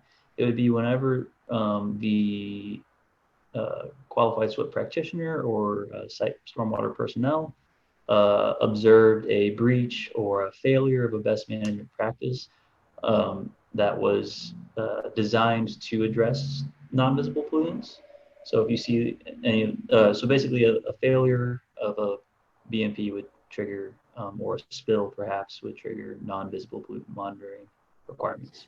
And just to clarify, it's not when a QSD or QSP observes it, it's if it happens. We just want to make sure that people aren't saying, I didn't see it, so it didn't happen. The language in the draft permit appears to place some requirements on the QSD that are responsibility of the legally responsible person. For example, regarding inactive sites in M.2.b, it appears that the QSD is responsible for submitting a COI in SMARTS, a change of information in SMARTS. As only the LRP can certify documents in SMARTS, shouldn't this be the responsibility of the LRP? That is true. The certification is the responsibility of the LRP. We also want the QSD to be involved in that. And so they would submit the change of information into SMARTS, and then it would then be certified by the legally responsible person. We are not meaning to put, to change, who certifies things as legally responsible, but we do want the QSDs to be more involved. Yes. So we can look into clarifying that if maybe the terminology isn't correct. Yeah. Could you please include a language that discharges under the numeric action level are in compliance of implementing erosion and sediment controls? So, no. Just because your discharge is under the numeric action level doesn't necessarily mean that you have appropriate erosion and sediment controls in place. And so we wouldn't want to make that distinction. You need to make sure that you have the minimum best management practices at all times. Will this permit clarify the direct discharge language? The preliminary draft glossary definition for direct discharge remains the same for the current permit update, but previous guidance indicated the commingled flows were not direct discharges under the CGP. So I'm not sure if Serena is still on the line. Serena Liu is with our Office of Chief Counsel. She may be able to speak on this, but I'll give her some time to get situated, and I'll continue reading the question here. From the glossary, direct discharge is a discharge that is routed directly to waters of the United States by means of a pipe, channel, or ditch, including municipal separate storm sewer system, or through surface runoff. When referring to a direct discharge, does that waters of the United States refer to the watershed or the water body? This is an important distinction, and both were used in this presentation. And I think we got a very similar question last workshop. Yeah. And so and this one too, I think. I'm waiting for Serena to pipe in if she doesn't. Okay, so when we have used terms water body and watershed throughout this presentation, it's typically in reference to total maximum daily loads. And the reason for that is intentional. And it's because the total maximum daily load may refer specifically to the water body or may refer to the watershed in total. There's also some distinction with tributary rules and other definitions of waters of the United States and direct discharge. So we do, the short answer is yes, we do mean to clarify direct discharge as much as we can. It is very convoluted and legal language that needs to be looked at and approved by our Office of Chief Counsel. And Diana, do you want to add to that? Well, I just want to do a time check because time flies when you're having fun. Oh, it does. And so it's 2:12. We're planning on a break at 2:15. It's up to you, Amy. Would you like to break now to allow maybe a little further information coming in from our Office of Chief Counsel to get a definite response for that question? Yes, and Rachel actually added to that question and included a question about commingling of flows within the municipal separate storm sewer system. So that is also related, and we'll have our Office of Chief Counsel look at those questions, Rachel, in total. And I think that's probably a good place to then take a break. All right, so let's go ahead and take a break, and we will start this workshop up again at 2:25. Thank you, Diana. All right, thank you.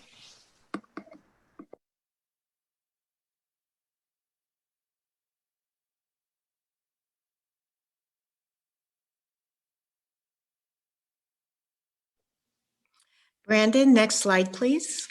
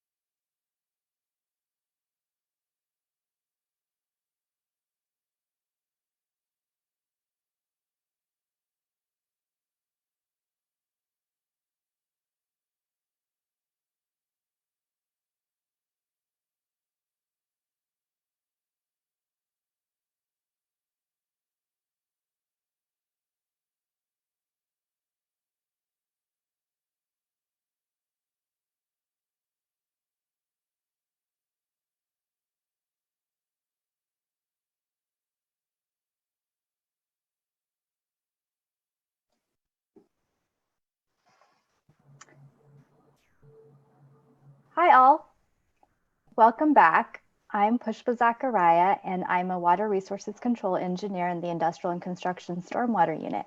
I will be taking over for Diana Messina and will be facilitating for the remainder of this meeting. So Amy and Brandon, you can go ahead and continue on with the questions. Great. Thanks, Thank Pushpa. you, Pushpa. Okay, so the next question is, if the draft permit is adopted in late summer, when would it go live? The following year? I remember the permit was adopted in 2009 and went live 1 year later in 2010. We already answered this question a little bit earlier, and it is a date that's determined by the State Water Board upon the adoption hearing, but we typically recommend 1 year until the effective date. Mm-hmm. And the board will factor in public comments into their consideration for when an effective date might be, so, or how long it might be. Yeah. All right, a more technical question here. What was the reason for including specific BMPs in the order rather than the attachments? The original intent of the risk level and LUP attachments were to focus dischargers on the actions they needed to take / include in the SWIP. Now dischargers need to jump back and forth between the order and attachments to determine the applicable BMP requirements. This is especially confusing for linear utility underground overhead projects because the order says they are subject to attachment A, but then attachment A refers back to the order. So we did receive this question last workshop as well, and we will look into locating the requirements in one location per requirement or risk level type, right? Mm-hmm. Yeah. The SWIP calls for identifying QSPs and having them sign the title sheet of the SWIP. Frequently, the SWIP must be prepared and submitted to the local agency well in advance, sometimes years, of the commencement of construction to obtain necessary permits and approvals. As such, in many cases, the QSP have not been yet retained and therefore would be unavailable to sign the SWIP. Is there any way to remove the requirement? We can look into that further. I think we do want to make sure that the QSP reviews and signs the SWIP prior to their activities as the QSP. So if that is prior to commencement of the project or when there's a change in personnel, that's really what we're looking for. And we can clarify that. I mean, I understand that a lot of projects will submit their SWIPs prior to commencement as part of planning and scoping. But you know, you're always welcome once you start actually doing your construction activities to update your SWIP with the appropriate personnel that are going to be on site. Okay.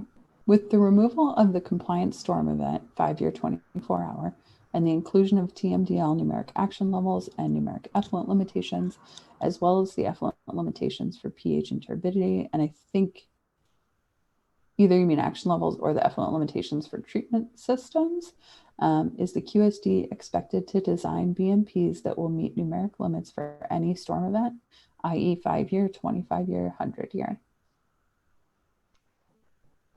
I'm not sure. So Sorry. no worries.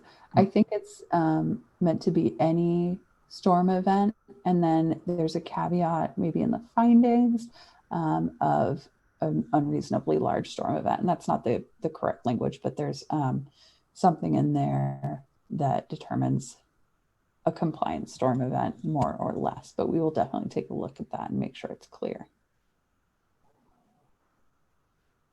What will the QSD QSP recertification process look like? Will it be separate training course and exam, or would it be certifying that one has read the new permits and understands changes? I think we still need to determine with the construction general permit training team what we want that to look like, and it could be either. So please stay tuned for updates on that. I think from a should I divulge my own opinion on how it should go, or? Sure. I mean, I prefer there to be maybe a refresher exam of some sort, or a refresher course that kind of focuses on the changes that will impact qualified SWIP developers and practitioners most. Mm-hmm. The new permit seems to be advocating more for containment areas as opposed to source control. Please explain.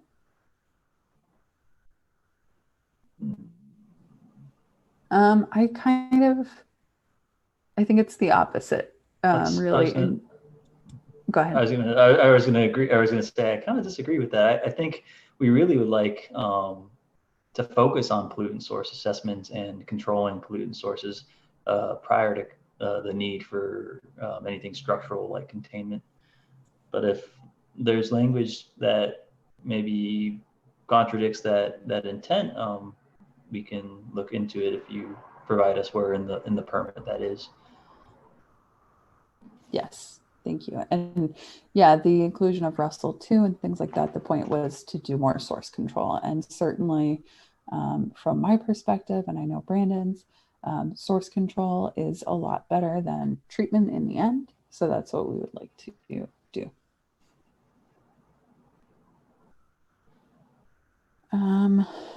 The new permit mentions that the QSP is responsible for completing visual inspections and monitoring requirements. Can the site stormwater manager assist the QSP for these tasks if they are trained by the QSP? Many consultants QSP in charge of many sites and may not be able to complete all the monitoring tasks on a rain day. So we do still have the delegate provisions within the permit. So the QSP can train site staff or site personnel to help perform some of their duties. And I think we've actually kind of increase the training requirements for these site personnel and some of the documentation related to which personnel is trained to do the task at hand. However, I think there are some inspections that do require a QSP to perform them, so it would not be able to delegate. Yep. But for most inspections, I would say that aren't specific to the QSP, they can be delegated to trained personnel. Yes. Can registered civil engineers self-certify under the new permit to become QSD, or do they have to take classes? We plan on maintaining the provision for self-certification for professional engineers and engineering geologists, or just professional geologists, sorry.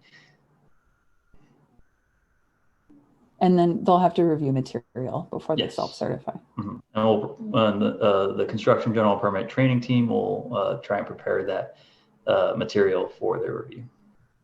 Yeah. All right. The next question is a long one, so bear with me. From C. Brown, maybe Carmel. If it's Carmel, hello. If it's another C. Brown, also hello. On page 40, specifically discusses pH and turbidity numeric action levels of the order. It says that when an NAL exceedance occurs, a QSD will need to verify BMPs installed by using Russell 2 to ensure that during construction BMPs are as effective as the pre-construction conditions.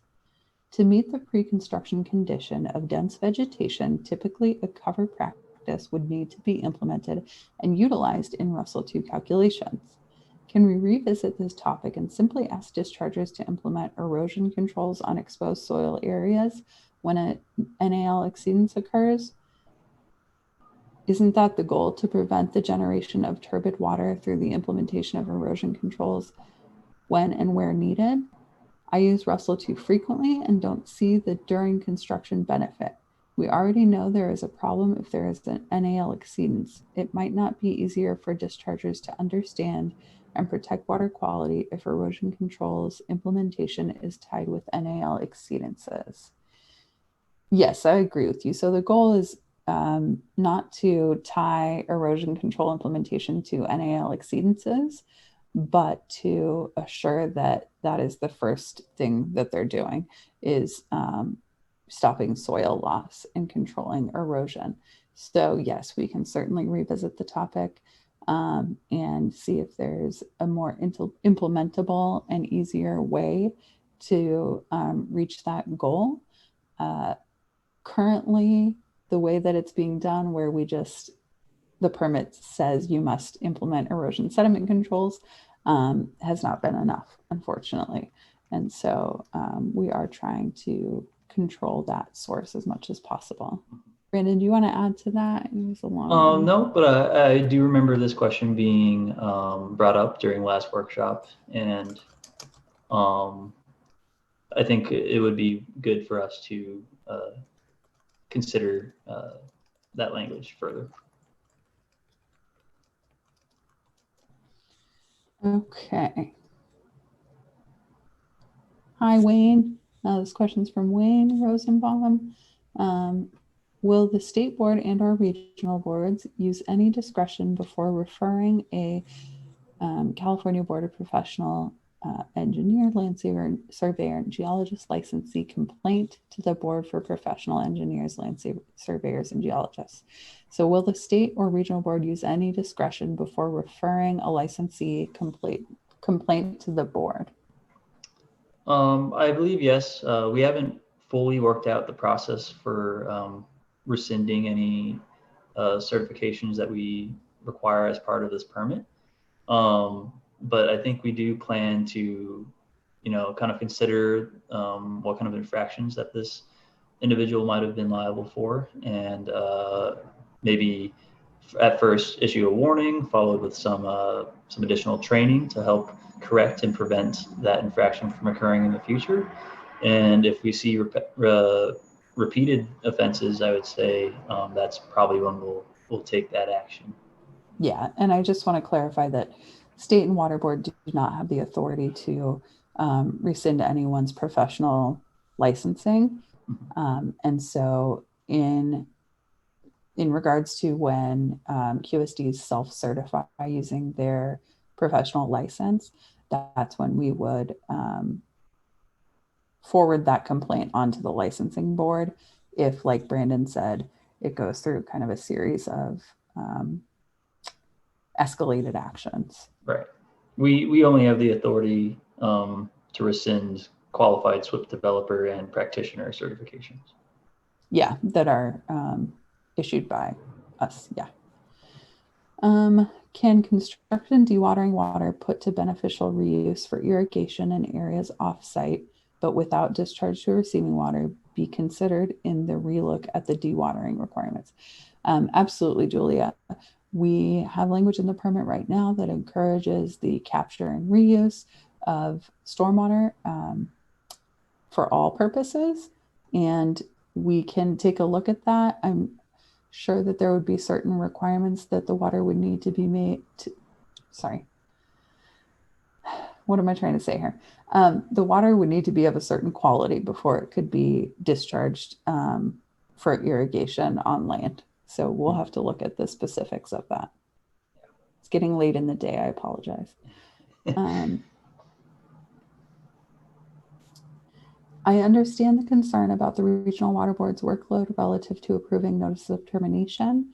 However, the time that passes between submittal of the NOT and accepted for review frequently exceeds 30 days, and this represents significant costs for the owner. On one recent project, a notice of termination was submitted August 4th and not accepted for review until September 18th, and only after we called the regional board. Once it was accepted, it was approved within a week. And Sandy, that's exactly what we're trying to address here. So in the proposed language, that would not happen. If they did not accept it for review by, in this example, September 4th, roughly, then it would be automatically approved. And then requiring additional information as part of the notice of termination process should hopefully allow the regional water board to review the application within a shorter time frame as well. Yeah, thank you. From Ken, any chance that the ambiguous training requirements for QSP proxies performing inspections could be better defined, including QSP accountability? I think we attempted to make the requirements for site personnel that are being trained by the QSP to perform stormwater related tasks a little bit more stringent. But we can look into that further as well. And we'd be willing to accept some suggested language, especially during the forthcoming public comment period. Yeah. Yeah. And this question was asked by someone I've had this conversation with a lot over the years. Mm-hmm. And so if you want to give me a call or submit language, we can definitely talk about what would make that more clear. Yeah. This is a great question. How are members of your stakeholder groups selected? Is there a way for interested people to apply to be part of these groups? Victoria, there's no selection process. There's no gatekeeping. It's basically these groups have formed as, a bunch of interested parties over the years said, hey, I think I work in the linear utility arena and I think we would all have similar concerns. So they all got together and they have, a stakeholder group is the one I was mentioning earlier. Environmental, non-governmental organizations typically have similar concerns and feedback. So they kind of group together and meet with us. But you can certainly ask us individual questions by sending us an email, sometimes phone call, but we're not in the office, at least through June for now. So email is best. And if there's a particular group of dischargers that you think would all fit together and you'd like us to reach out to, a bunch of different people, let us know. But there's open feedback and communication from us at all times. Of course, we can't, share information that's attorney-client privileged or, not public information. There's certainly not any of that, kind of thing happening, but we can listen and provide feedback and guidance and any of that stuff. So we want to make sure it's a collaborative process.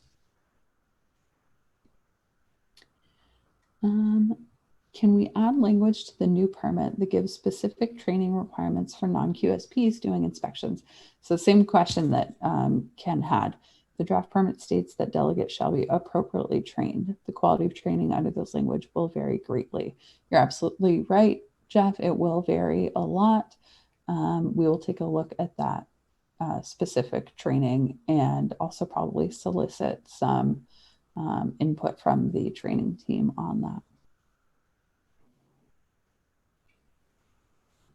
How will we know when we should sample for non-visible pollutants with this proposed permit? If we have the BMPs in place to keep hazardous materials contained during storm events, do we still need to sample the water for more constituents outside of pH and turbidity?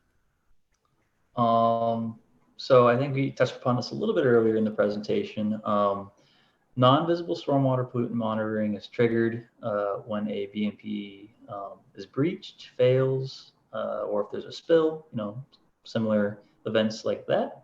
So if your BMPs are in place and they're functioning properly for certain hazardous materials and stormwater is not, and the BMP is not breached, failing, etc., and the stormwater is not exposed to that material, then non-visible pollutant monitoring would not be required. Thank you. When do you anticipate the new training requirements for QSPs and QSDs will be released by the training committee? Will current QSPs, QSDs need to recertify before the effective date of the new permit? I'm not sure we have an exact timeline yet. We're actually convening later in the month to talk about the new proposed changes. But we would hope to have that that training information during the time between the adoption meeting and the effective date of the permit, and hopefully earlier in that time frame to allow for dischargers to qualified developers and practitioners to get caught up and recertified. Yep, and trainers of record. And trainers of record too. Yep. If a transportation construction project that includes many separate segments, with each segment having less than 1 acre of disturbed soil area, does it need to have coverage under the CGP? Is this a linear utility project, or sorry, underground? Caltrans. A Caltrans problem. I mean, yes, it's part of a larger common plan of development. But my caveat, and I'm not sure if it's specified in the preliminary staff draft, but typically during the current implementation of the construction general permit, if sites are like a quarter acre or more, or sorry, a quarter mile or more apart from each other, then we can reassess the larger common plan of development. That being said, that being said, if segments 1 and 3 are a quarter mile from each other and 2 and 4 are a quarter mile from each other, but they're contiguous with 1 and 3, you can't just put holes in it. Yeah. And then also I know Caltrans has specific definitions for what disturbed soil area is. So we'd want to make sure that that fits as well. Okay, section IH2 completely removes the erosivity waiver option for significant areas of northwestern California that discharge to sediment impaired and or cold spawn migratory beneficial use watersheds. Direct discharge is not unequivocally or consistently defined or interpreted. If the site discharges to an open field that is not direct discharge, there is subjectivity on how people interpret the allowances of this waiver at a site and its discharge, direct or not. Need clarification on direct discharge and why this option has been removed. I believe we received similar feedback last workshop as well, because the proposed permit, I believe, prohibits dischargers from applying for the construction rainfall erosivity waiver if they are in a higher risk receiving water area. So I feel like that language was eerily similar to the question we got on Wednesday, maybe the same language, but the answer is still the same. We will definitely take a look at it. My memory's not that great, but no. Sometimes it's perfectly fine to get the exact same language, because we want to make sure that participants in both workshops hear similar, feedback, so that they're aware. Absolutely. Mm-hmm.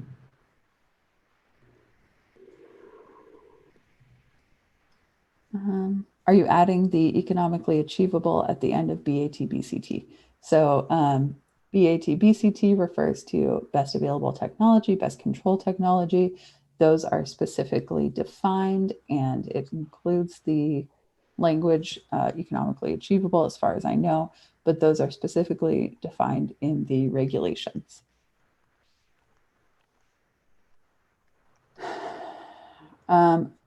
We have a suggestion that a QSP in training designation be developed for QSP proxies. So for those that aren't aware, for a lot of the underlying certifications, like the Certified Professional in Erosion and Sediment Control, or CPESC, there's a CPESC IT, which is a CPESC in training. And this person is suggesting that we may have a designation as QSP in training for those delegates of the QSP. That's a good suggestion. We'll definitely bring that to our training team and see what they think.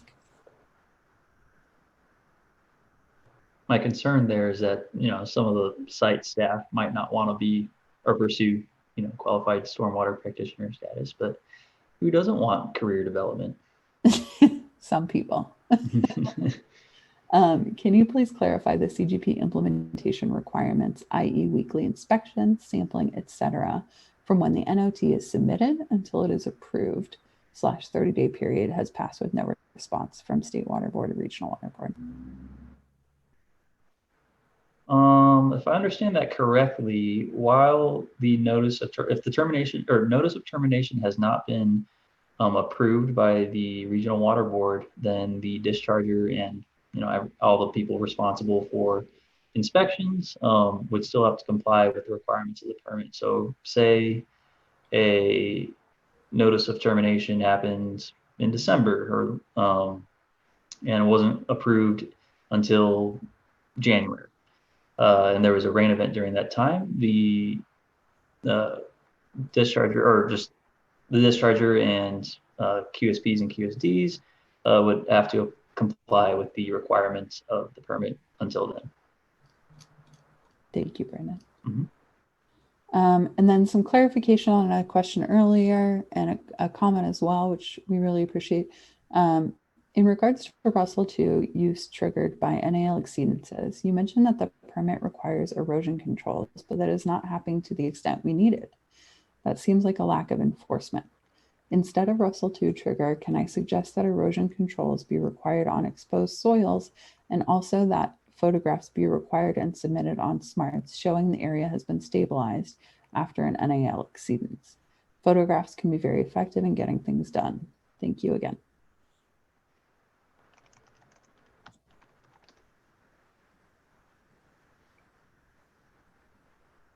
So yes, we will take a look at that. Thank you for your comment. And again, we'll take a look at your previous question as well and make sure that we look at all the specifics to that. Right now, I'm showing only one more question. So we have an hour left for this workshop. I know there are fewer attendees this time than last, but please drop your questions there in the chat box and we will answer them. We've got plenty of time. So here's another comment. Please consider that the tasks required for the new permit for QSP should be tasks that can be planned ahead. All the other incidental tasks can be assigned to the trained personnel in the field. QSP won't have to travel all the sites to perform their permit required tasks.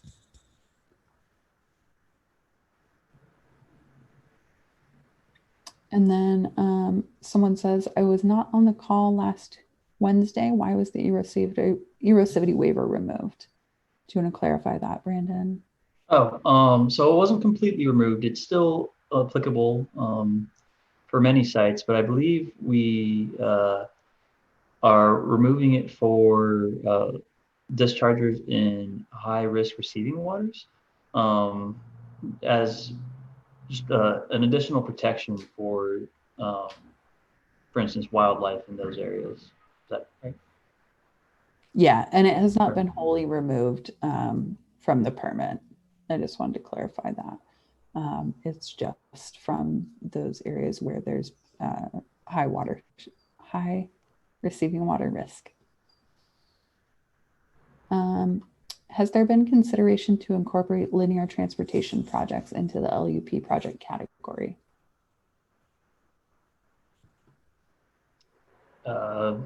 Such as roadways and like trainways? And highways, yeah.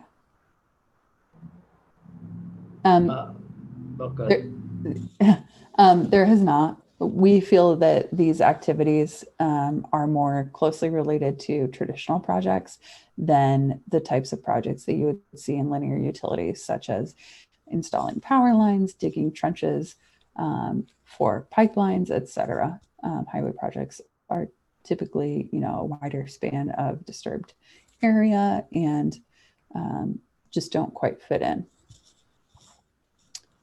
Let's see.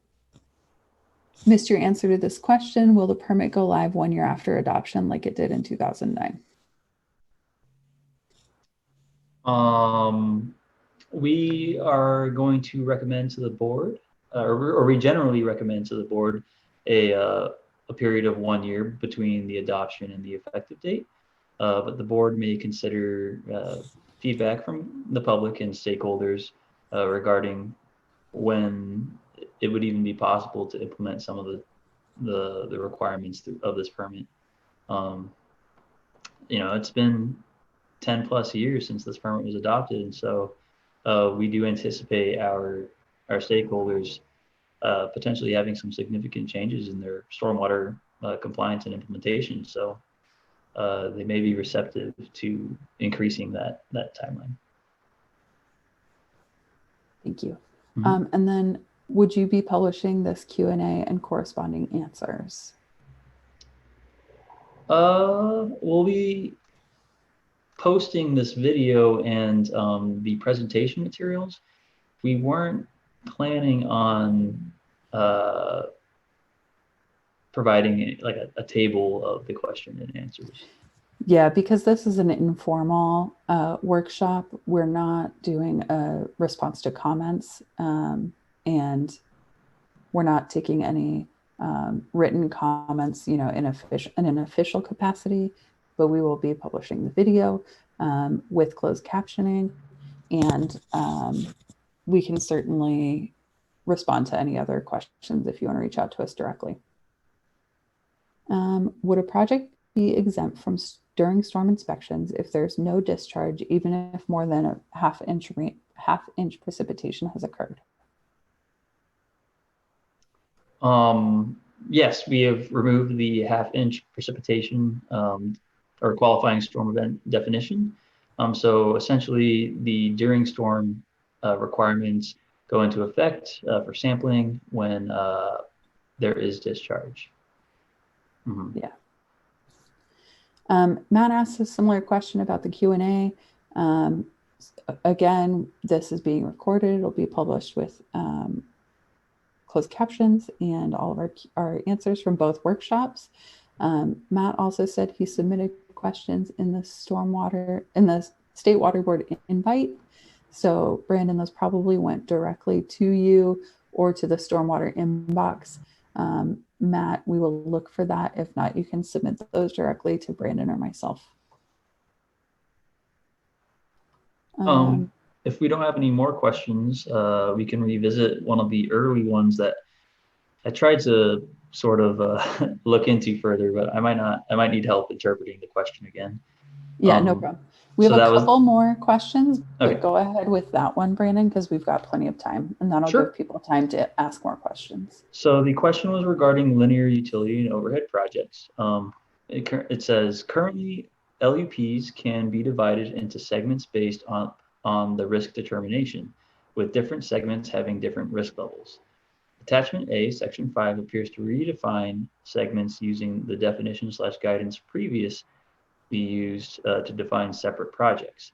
Will LUPs no longer be able to identify segments that have different risk types? And I'm looking at the language there in Attachment A, Section 5, regulatory coverage for LUP segments. It says in A, the discharger may separate a large LUP into separately regulated segments if construction is non-continuously phased or constructed by different contractors. The discharger shall include a clear description in the permit registration documents regarding how the LUP segments relate to the overall LUP project by identifying one or more of the following, which is segment boundaries managed by separate contractors, segment construction time periods, aka their phases with distinct construction time periods, or segments across the regional water board boundaries. So to me, it doesn't really talk about having different LUP types within there. And I'm not sure quite how to answer the question, I guess, still. Yeah. Thank you for looking more deeply into that. It does seem to be silent on that. Mm-hmm. And we'd have to take a look and see if that was an intentional lack of language. But I think this one was from maybe Sandy. Anyway, if you're still on the line and want clarification on this, please reach out to us, Brandon and I, via email, one or the other or both.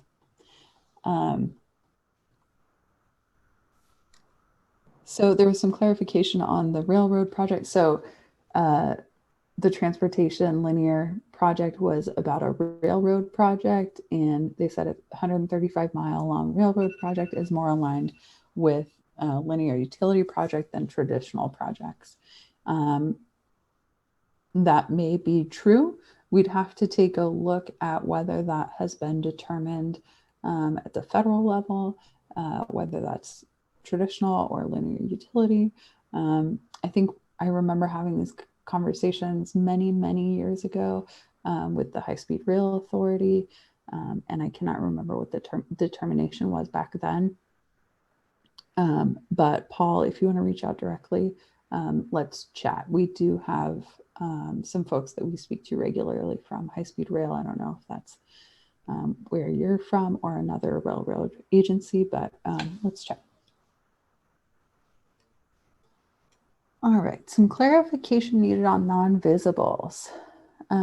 If a site reports a turbidity exceedance of the numeric action level, does that imply an unacceptable discharge of sediment? If so, would the QSD have to assume the discharge of naturally occurring soil components such as iron, for which sampling purposes where a basin plan set a water quality objective for iron?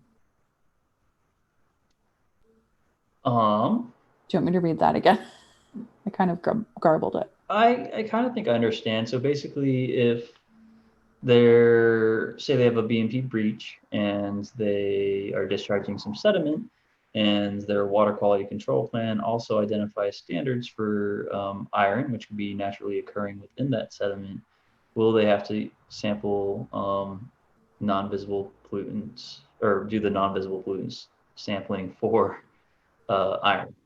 And I think he's actually asking, outside of a breach, in normal conditions, if your turbidity exceeds the NAL, does that imply an unacceptable discharge of iron, which is a non-visible, technically a non-visible pollutant? So I think as go ahead. Oh, I understand where you're getting at, Wayne, because iron is typically bound to sediment in these settings. And for TMDL purposes, we do kind of make that understanding that iron is bound to sediment. Right. And for TMDLs, we rely on the non-visible pollutant monitoring as the means for compliance with these pollutants. So we will have to clear that up. Also in the TMDLs, I guess it doesn't matter either way for TMDLs or just non-visibles with those sediment-bound pollutants. That's a great one. I can always trust you, Wayne, to come up with the difficult ones. We'll definitely take a look at that. I can see the confusion here. Yeah. I think as currently written, though, the non-visible pollutant monitoring isn't tied to the sampling for, or numeric action level exceedances for turbidity. Right. Yeah. Not in regular non-TMDL discharge. Okay. So just reiterating, they missed our response to their question, and it was the one that if a road project has new improvements that disturb, expose less than 1 acre of soil, but that project already also has a grind and overlay that would push the total work area to over 1 acre, will this require CGP coverage? And the answer, I believe we said, was no, because the grind and overlay that would have pushed them over 1 acre in a larger common plan of development sense doesn't actually apply or factor into a larger common plan of development, because routine maintenance is not an activity covered under this construction general permit. Thank you. This is a bit of a comment on BAT BCT. We talked about this on Wednesday as well. There's no question that BAT BCT, which is best available technology and best control technology standards, are more stringent than MEP, which is maximum extent practicable performance standard. Doesn't the SWIP supersede municipalities' EC own? So I think what he's asking is, does the CGP, which is not the SWIP, but the regulation itself, the CGP, supersede municipalities' permits? And the answer is that municipalities have erosion and sediment control requirements for certain sizes, and they could be specific to that particular municipality in their municipal separate storm sewer system permit. And those permits for municipalities for the MS4, which is municipal separate storm sewer system, refer to the construction general permit for construction projects that disturb an acre or more or are part of a larger common plan of development. So yes, one could have different requirements for a smaller construction project within the same municipality as a larger construction project. But those two interplay together. And I think this question may be referring to the Caltrans permit. If you want to talk specifically about the interplay between the Caltrans MS4 permit and the construction general permit, reach out to me directly because there are some nuances there. But specifically about BAT-PCT, it is a different standard than maximum extent practicable, which is the standard for MS4 permits. Sorry, it's a lot of alphabet soup. Is there an expectation for the QSD to include sampling for metals, i.e. copper and zinc, if the previous land use activity was transportation related and within a watershed with metals TMDL requirements? There is no indication of spills or leaks, but soils may be above natural background levels.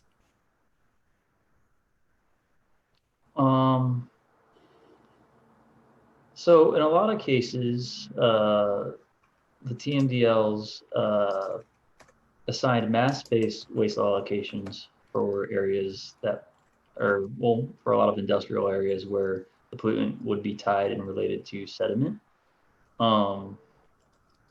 And our implementation strategy for that was, instead of sampling discharges directly, we would model sediment loss through Russell 2, the revised universal soil loss equation, to demonstrate compliance in the sense that the site is not discharging more sediment compared to pre-construction conditions.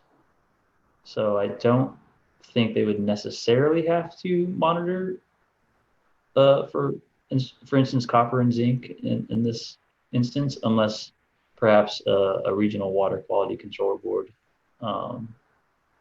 requested it. Does that sound right? Or yeah, I think this is very similar to the question that Wayne presented about iron being bound to sediment and whether, So we'll take a look at this, but what you said sounds correct to me, okay. and we'll definitely try to clarify.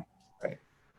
And it might be tied to the pollutant source assessment too. So, I mean, or if the discharger understands that their sediment might, have higher concentrations of X constituent compared to much of the watershed, and there's a reason why there would be concern, then I would definitely include that in a pollutant source assessment, and then figure out BMPs or best management practices to address discharges of that pollutant.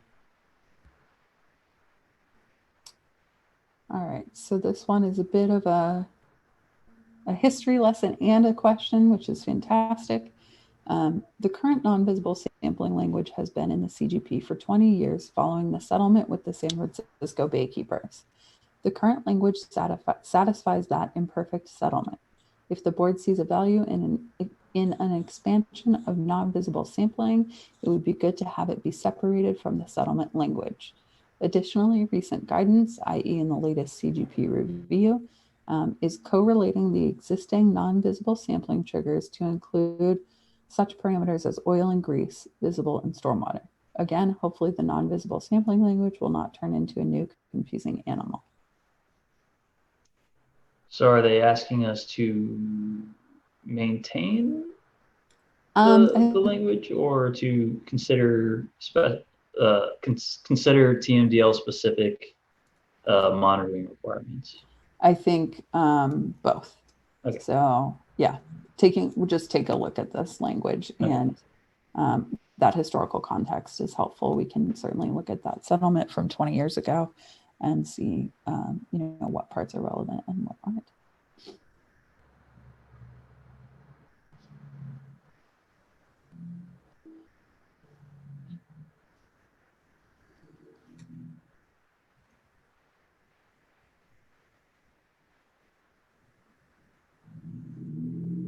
Okay, sorry, I was reading further.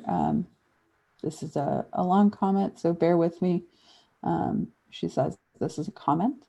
Going back to our previous conversation about stormwater sampling and monitoring, you mentioned that during storm inspections are not required when there is no stormwater discharge from the site. However, you would not be able to determine that a site does not have discharge unless you have someone on site to conduct an inspection at all discharge points.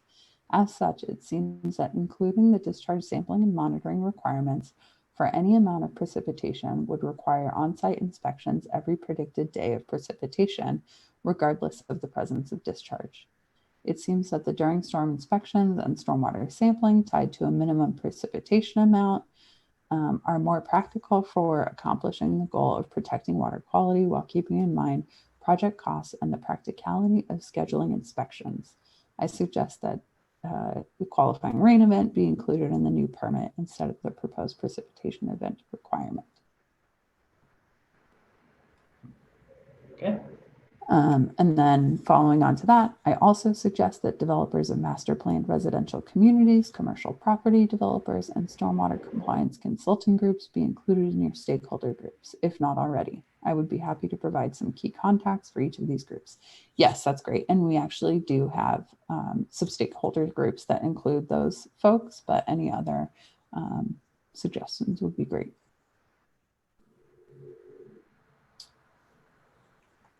Are soil binders, such as those used in hydroseed or bonded fiber matrices applications, are those considered under proposed language for passive treatment? Yes. Like soil tactifiers and hydromulch is currently proposed to be regulated under passive treatment. If they have the flocculent coagulant. Yep. Yeah.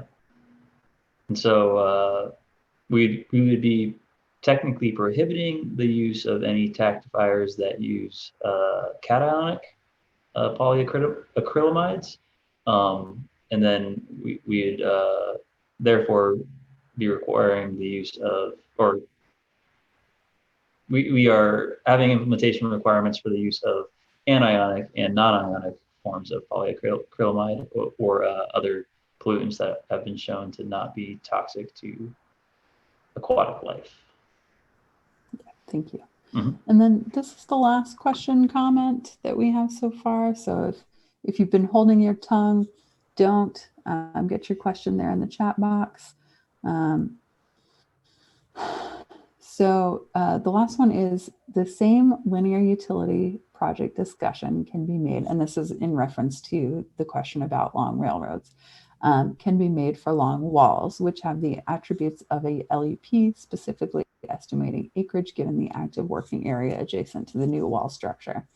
Great point, Ken. I think that would still be considered a traditional project, but it's a timely political comment as well, and something that we should think about.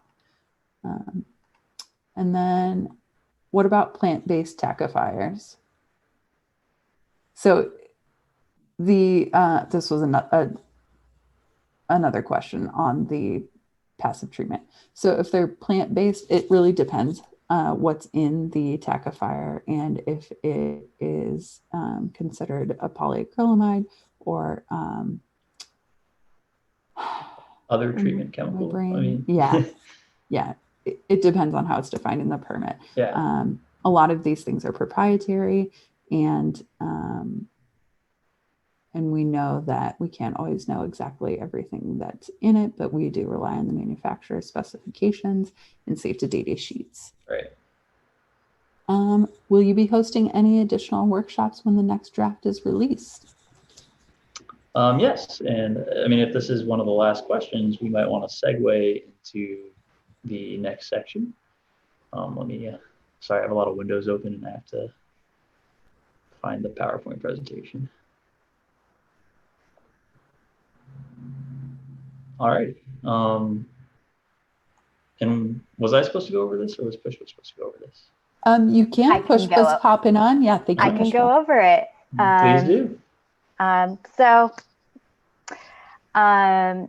The next anticipated steps. So staff have developed a tentative timeline for when the official draft will be released and initiate the public process. First, they propose to release the official draft in spring, starting a 60-day public comment period where stakeholders can submit comments to the State Water Board. Then staff plan to host 2 public workshops to provide information on the official draft prior to a State Water Board public hearing on the proposed statewide construction stormwater general permit reissuance later that spring. At this hearing, stakeholders will be able to verbally express comments on the draft to the board. And then a public comment period closes early in the summer, initiating staff's response to comments and potential revisions to the permit. And then later, State Water Board adoption hearing will take place in the summer. And again, please keep in mind that this is a tentative timeline for initiating the public process and adopting the proposed construction stormwater general permit. Thank you, Pushpa. Yeah, if you guys have any questions, you should reach out to Amy Cronson or Brandon Rosenboom. And you can also email us at the stormwater help desk at stormwater@waterboards.ca.gov.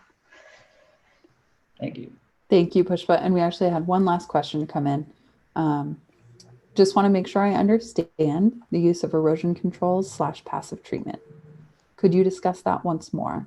Hydroseed / other soil cover practices that do not contain coagulants, flocculants, and those would be considered passive treatment but not have any sampling requirements. Is that correct? No. So the question was asking if hydromulch and bonded fiber matrix that do include coagulants and flocculants would be treated as passive treatment products, and they would. But if you're using a tackifier, hydroseed, other soil binding materials that do not include those chemicals, it would not be considered passive treatment. Well, I want to thank you all so much for joining us and submitting these great questions. I want to thank Brandon Rosenboom for doing a great job on this workshop, as well as the, leading this project going forward. Again, I want to make sure everyone understands that the goal is to be as collaborative as possible. We try to be very transparent, and please reach out if you have comments or questions. We will work with you. And we just want to make sure we get a great permit out for all of you to implement, comply with, or otherwise interact with. Thank you. Thank you. So we'll leave this open for a little bit since we scheduled it till 4 in case folks have other questions.